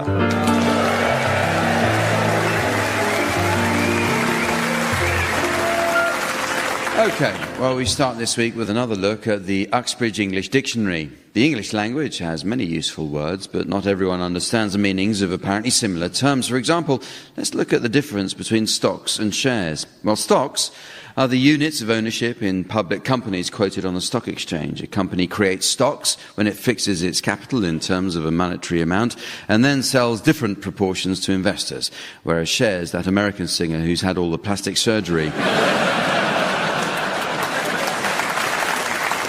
Word meanings are constantly changing, so teams, let's hear any new definitions that you've spotted recently. So, Tim, you can start. Adamant, the very first male ant. Barry? Torture. Rather like a torch, but even more so.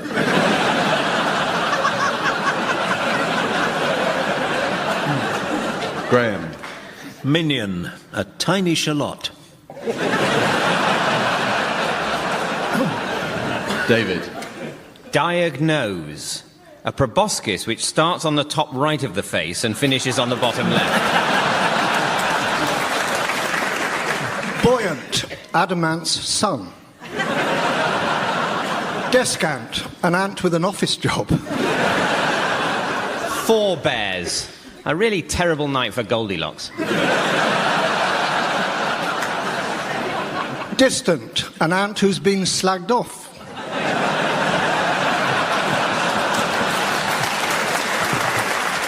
Equidistant, an ant who's been slagged off by a horse.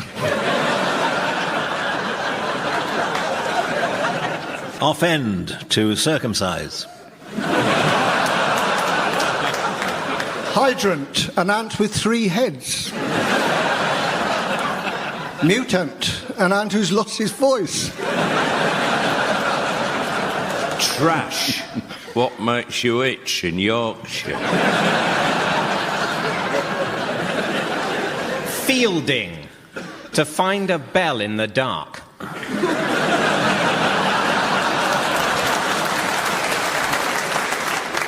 Towel. That bird that hoots.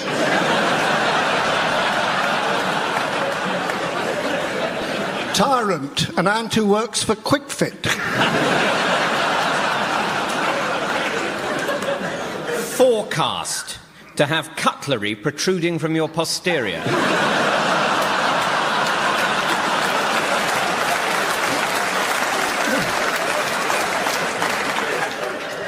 Gangster, a criminal pasty. Incessant, an ant who's sleeping with his sister.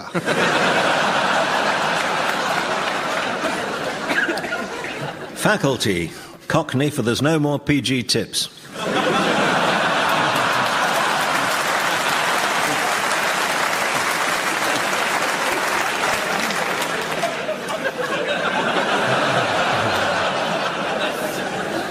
The team's going to display their acting skills now in the round called Sound Charades. Sound Charades is closely based on the old TV favourite Give Us a Clue. The undisputed mime master of Give Us a Clue was, of course, Lionel Blair. Lionel has graced our TV screens for over 40 years. Dancing, singing and telling jokes are just 3 ways to keep yourself occupied when he's on.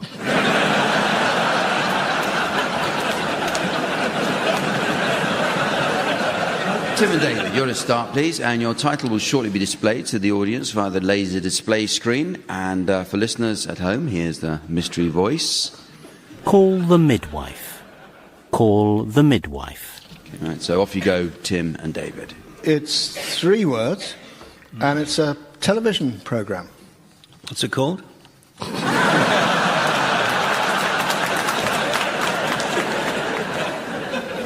And it goes like this.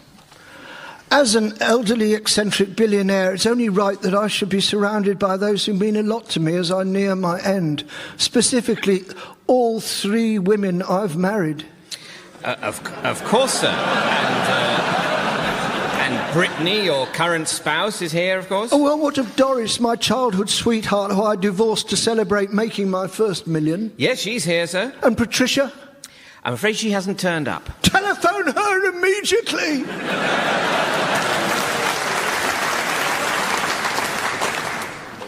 Three words, 3... The 3 wives. Doris was the first one. Who was the last one?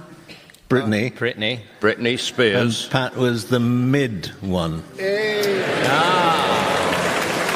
So Time's up. Call the midwife. Correct. The thing is, Graeme does crosswords, and I'm actually doing one at the moment.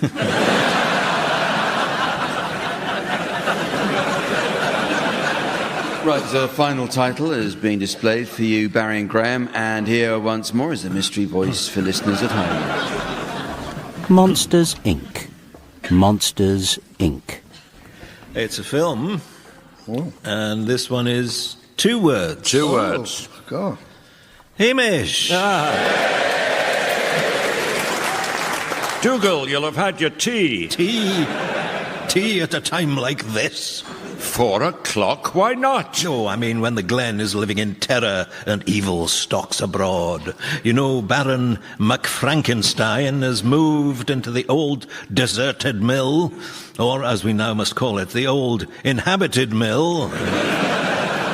Well, I haven't seen the Baron himself, but I think I've seen his big lodger. His big lodger? Oh, James 8 foot tall with bolts through his neck and nuts.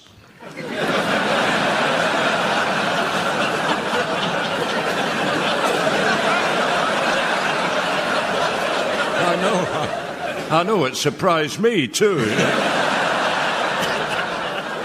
Well, that hideous monstrosity is a creature of the Baron's twisted mind. Oh. And it is vital not to annoy the giant, or he will seek a terrible vengeance. Oh, dearie me. Oh, Hamish, what have you done?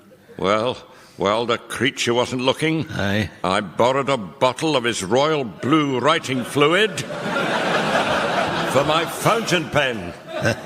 Then you're doomed. The hideous ogre will tear you to bits. But why? Because you stole the... Goodbye.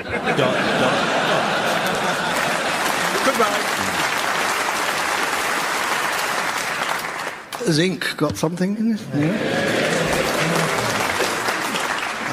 And the ink belongs to a monster, really, isn't it? Or even monsters. Yes. Monsters Inc. Yeah. Oh, yes. The next round is called Swankers, and this is where the teams boast about some fascinating or impressive aspects of their lives. It's what we call in the trade a quickie. Although Barry was telling us he recently won his first match when he tried cage fighting. To be honest, that budgie didn't put up much of a fight. So in this game, the teams will be guests at a party where they take turns to unashamedly boast about something which each succeeding guest has to outdo. So off you go. We're not having turkey this Christmas. We're going to have a goose.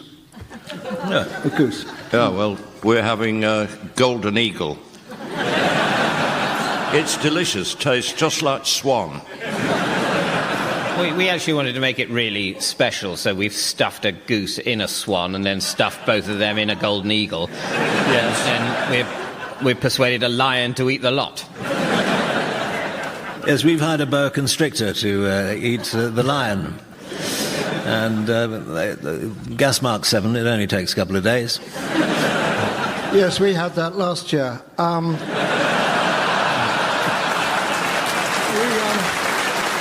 We're getting the entire population of the Battersea Dogs home, and we're going to eat them.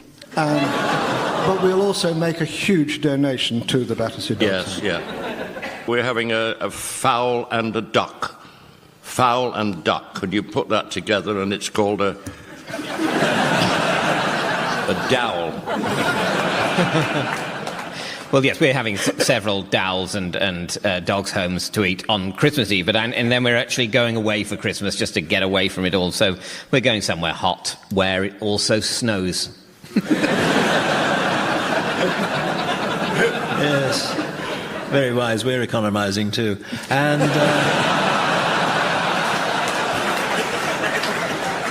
in fact, this year we're not sending out Christmas cards at all. We're sending out Christmas cars. Everyone we know. I've actually sent out Christmas military hardware to many of my friends because I wish to try and induce a conflict in the other part of the world from the boiling snowy place where I'll be Christmasing. So literally they'll be fighting each other, but I've got several staff on hand to grate an iceberg over me.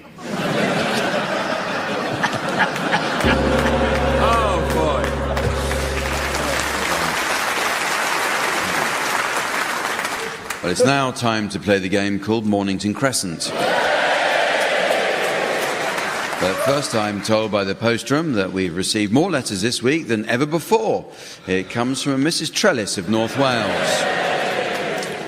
She writes, "Dear you and yours, I'm concerned about the poles I've got holding my washing line up. I think they might actually be Ukrainians. Yours sincerely, Mrs. Trellis." Well, this week it's the seldom played original Metropolitan Rules version of the game. And there's not too much to worry about, team, saving, of course, the notorious Pimlico proviso. But just to be on the safe side, I will allow use of the sat-nav. So, Tim, will you start, please? Well, I'll just try and see what I should do. Continue on the current road. Oh, right. Oh, so that's Euston Road. So I will go to Fairlop, I think. Fairlop? That's what I said. Yes, but... Oh, boy, that's thrown me a bit. You are approaching a speed camera. What shall I do? Say cheese. Oh.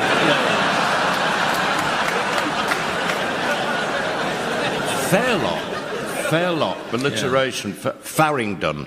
Interesting, Farringdon.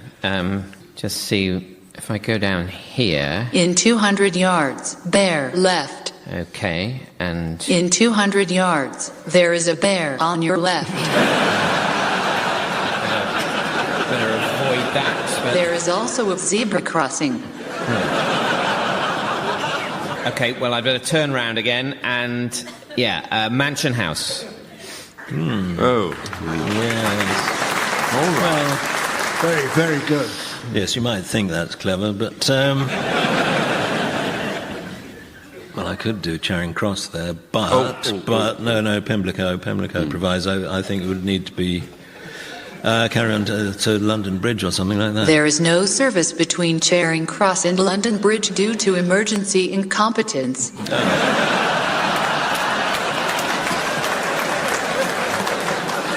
Well, that solves my problem. Strand. Yeah. In that case, I think I'll go Old Kent Road. Not that road. Why not? That road goes to Milton Keynes. Right, then in that case, I'll go to Albemarle Street. Albemarle Street. Block Pimlico. God, I'm blocked here, I'm blocked. Goers Struth Mate. Notting Hill Gate. Who gives a toss? Charing Cross. Okay. You can do it. Okay, maybe if I... You have strayed into Milton Keynes. Okay, but no, I think I can... Take first exit after the 27th roundabout. Oh.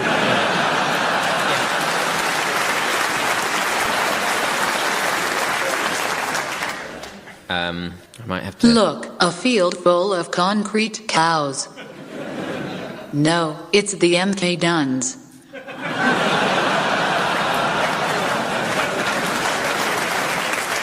I think I'm all right. Chalk Farm. Ooh, pushing your luck, I think. Now, what's happening here? You are approaching a congestion charge zone. Take your numbered plates off.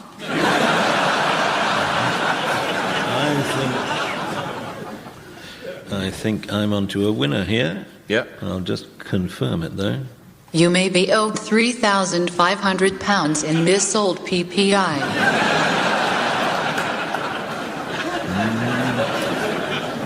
Not the advice I was hoping for, but I'll go to Camden Town. Camden Town? I like that. Oh, well, I'm going to say Fulham Palace Road. Recalculating due to traffic information. Just go home. Oh, all right. Mornington Crescent.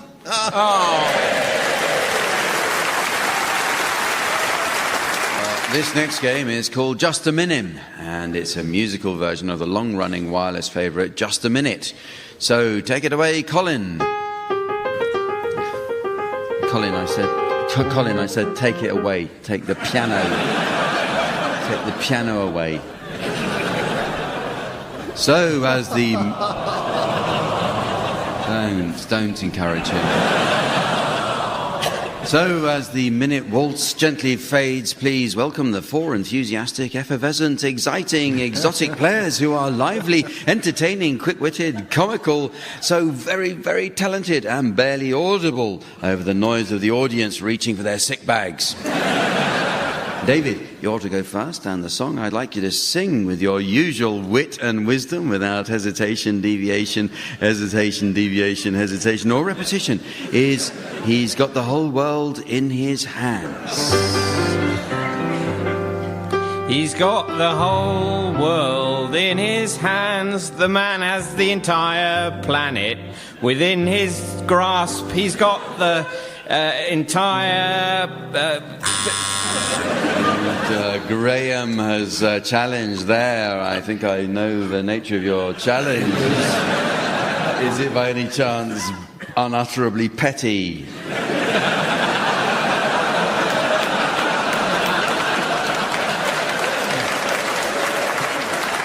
Well, if we're going to play by the rules of the game, it was repetition of entire. Repetition of entire, yes, it is true. Poor David, who is a newcomer to the game that we love to play so much. Not just in this country, but all throughout Europe and the British Empire and indeed the universe. And so over to you, Graeme, with 40 seconds to go with He's Got the Whole World in His Hands. The supreme beings holding 100% of Earth within his grasp. He's got the little tiny baby in his hands. He's got a midget infant. Barry, I know you're on my team, Graham, but sorry about that. No. There was a repeat of grasp, wasn't there, in there somewhere? I think He's Got came up a couple of times. Got was there. You made a challenge there, Barry, and Tim took it upon himself to lay another challenge upon that, as if it wasn't humiliating enough. But Barry, a seasoned veteran of the game that we love to play so very much, and has been on the show more times over more years than anyone else, and still keeps coming back to see us because he keeps forgetting that we haven't asked him. With only 30 seconds left to go, 31 seconds in fact. I've just been corrected by a voice in my ear, which is worrying because I haven't got anything in my ear. It is over to you, Barry. He's got a little tiny baby in his hands. He's carrying an infant with his fingers, manually holding your bubba palm-wise. Help, thank you. Well, David is challenged there. And what was the nature of your challenge, David? Well, it was such a long hesitation that I thought Barry might be ill. It was a long hesitation, David, but you were so long in coming in with your challenge that I'm afraid I can't allow it. Hesitating on a hesitation challenge is just not allowed in this game that we love to play so much. David, a novice of the game that we love to play so much, not aware of that minor regulation there that I've had to impose. Now he does know, and I'm sure he won't make the same stupid error again. So it's back to you, Barry, with only 14 seconds left to go of the song that we love to sing so much. He's got the whole world in his hands. Over to you, Barry. Barry, a great veteran of the game that we love to play so much in this game. That's not only going out in Great Britain and the colonies, as I mentioned before, but also the Moon, Venus, Mercury, Jupiter, Mars, Galaxy, Cadbury's Fruit and Nut, Neptune, Saturn, right round Uranus and Newport Pagnell. Over to you, Barry. And Barry has challenged himself there. Yeah. Well, you only got 4 seconds to go, Barry, and you can't fill it by just challenging yourself and then making 4 seconds. 4 seconds to go, Barry, in the game that we love to play so much, singing the song that we love to sing so much, which is called He's Got the Whole World in His Hands so much. With 4 seconds left to go, Barry. Barry, a seasoned veteran of the game that we love to play so much. With 4 seconds to go, Barry, I do wish you'd stop playing the piano. With 4 seconds left to go, Barry. This man is able to bestow. And David has come in with a challenge just as I was about to blow the whistle on that. David came in with a fraction of a second left. It's sometimes thought as bad form, but David is a novice of the game that we love to play so much. David, what is the nature of your challenge? Incredibly slow singing. It was slow singing. That's technically not a challenge. Would you? Which What's your category objection? is that? Well, it's so slow as to be hesitant. Are you saying No. it was hesitation? He was deviating from the rhythm. I'll handle this, Tim.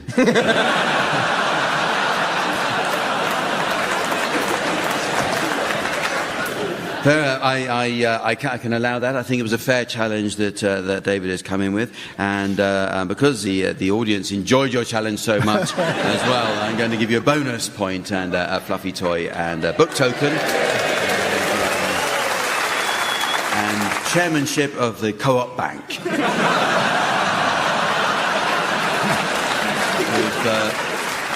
So back to David with a 14th of a second left to go of the song that we love to sing so much in the game that we love to play so much.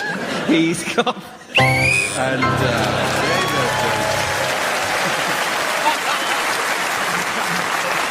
it's very nearly the end of the show, but there is just time to fit in a round that should be of interest to churchgoers.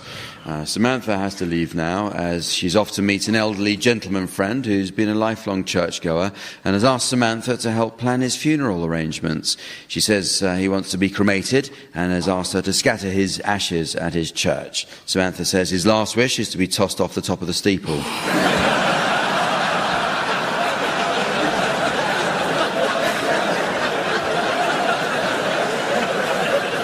So while she's away doing that, I'll ask the teams to suggest the titles of movies that would be sure to delight an audience of churchgoers. Can you start us, Graeme? The Vicar Man. Barry. Winnie the Pooh. Tim. I Know What You Did Last Supper. David. Dude, where's my cardinal? The Nuns of Navarone. Chaplin.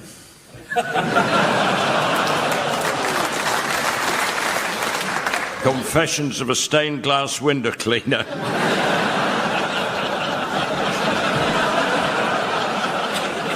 Alter President's Men.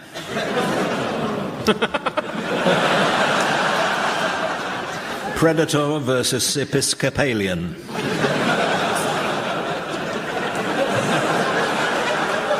Waiting for God. Oh. Anointment with Death. Gunfight at the Bach Chorale. One Jehovah the Cuckoo's Nest. Break Me the Bread of Alfredo Garcia. And so, ladies and gentlemen, that's the end of the show. And in fact, the end of this, the 60th series. And, looking back over 42 years, we should take a moment to remember all the awards the teams have won. Cycling proficiency, knot tying and highest up the wall. So from the teams, Samantha, myself and our audience here in Milton Keynes, it's goodbye. Goodbye. Barry Cryer, Graeme Garden, Tim Brooke-Taylor and David Mitchell were being given silly things to do by Jack Dee, with Colin Sell setting some of them to music. The programme consultant was Ian Pattinson and the producer was John Naismith.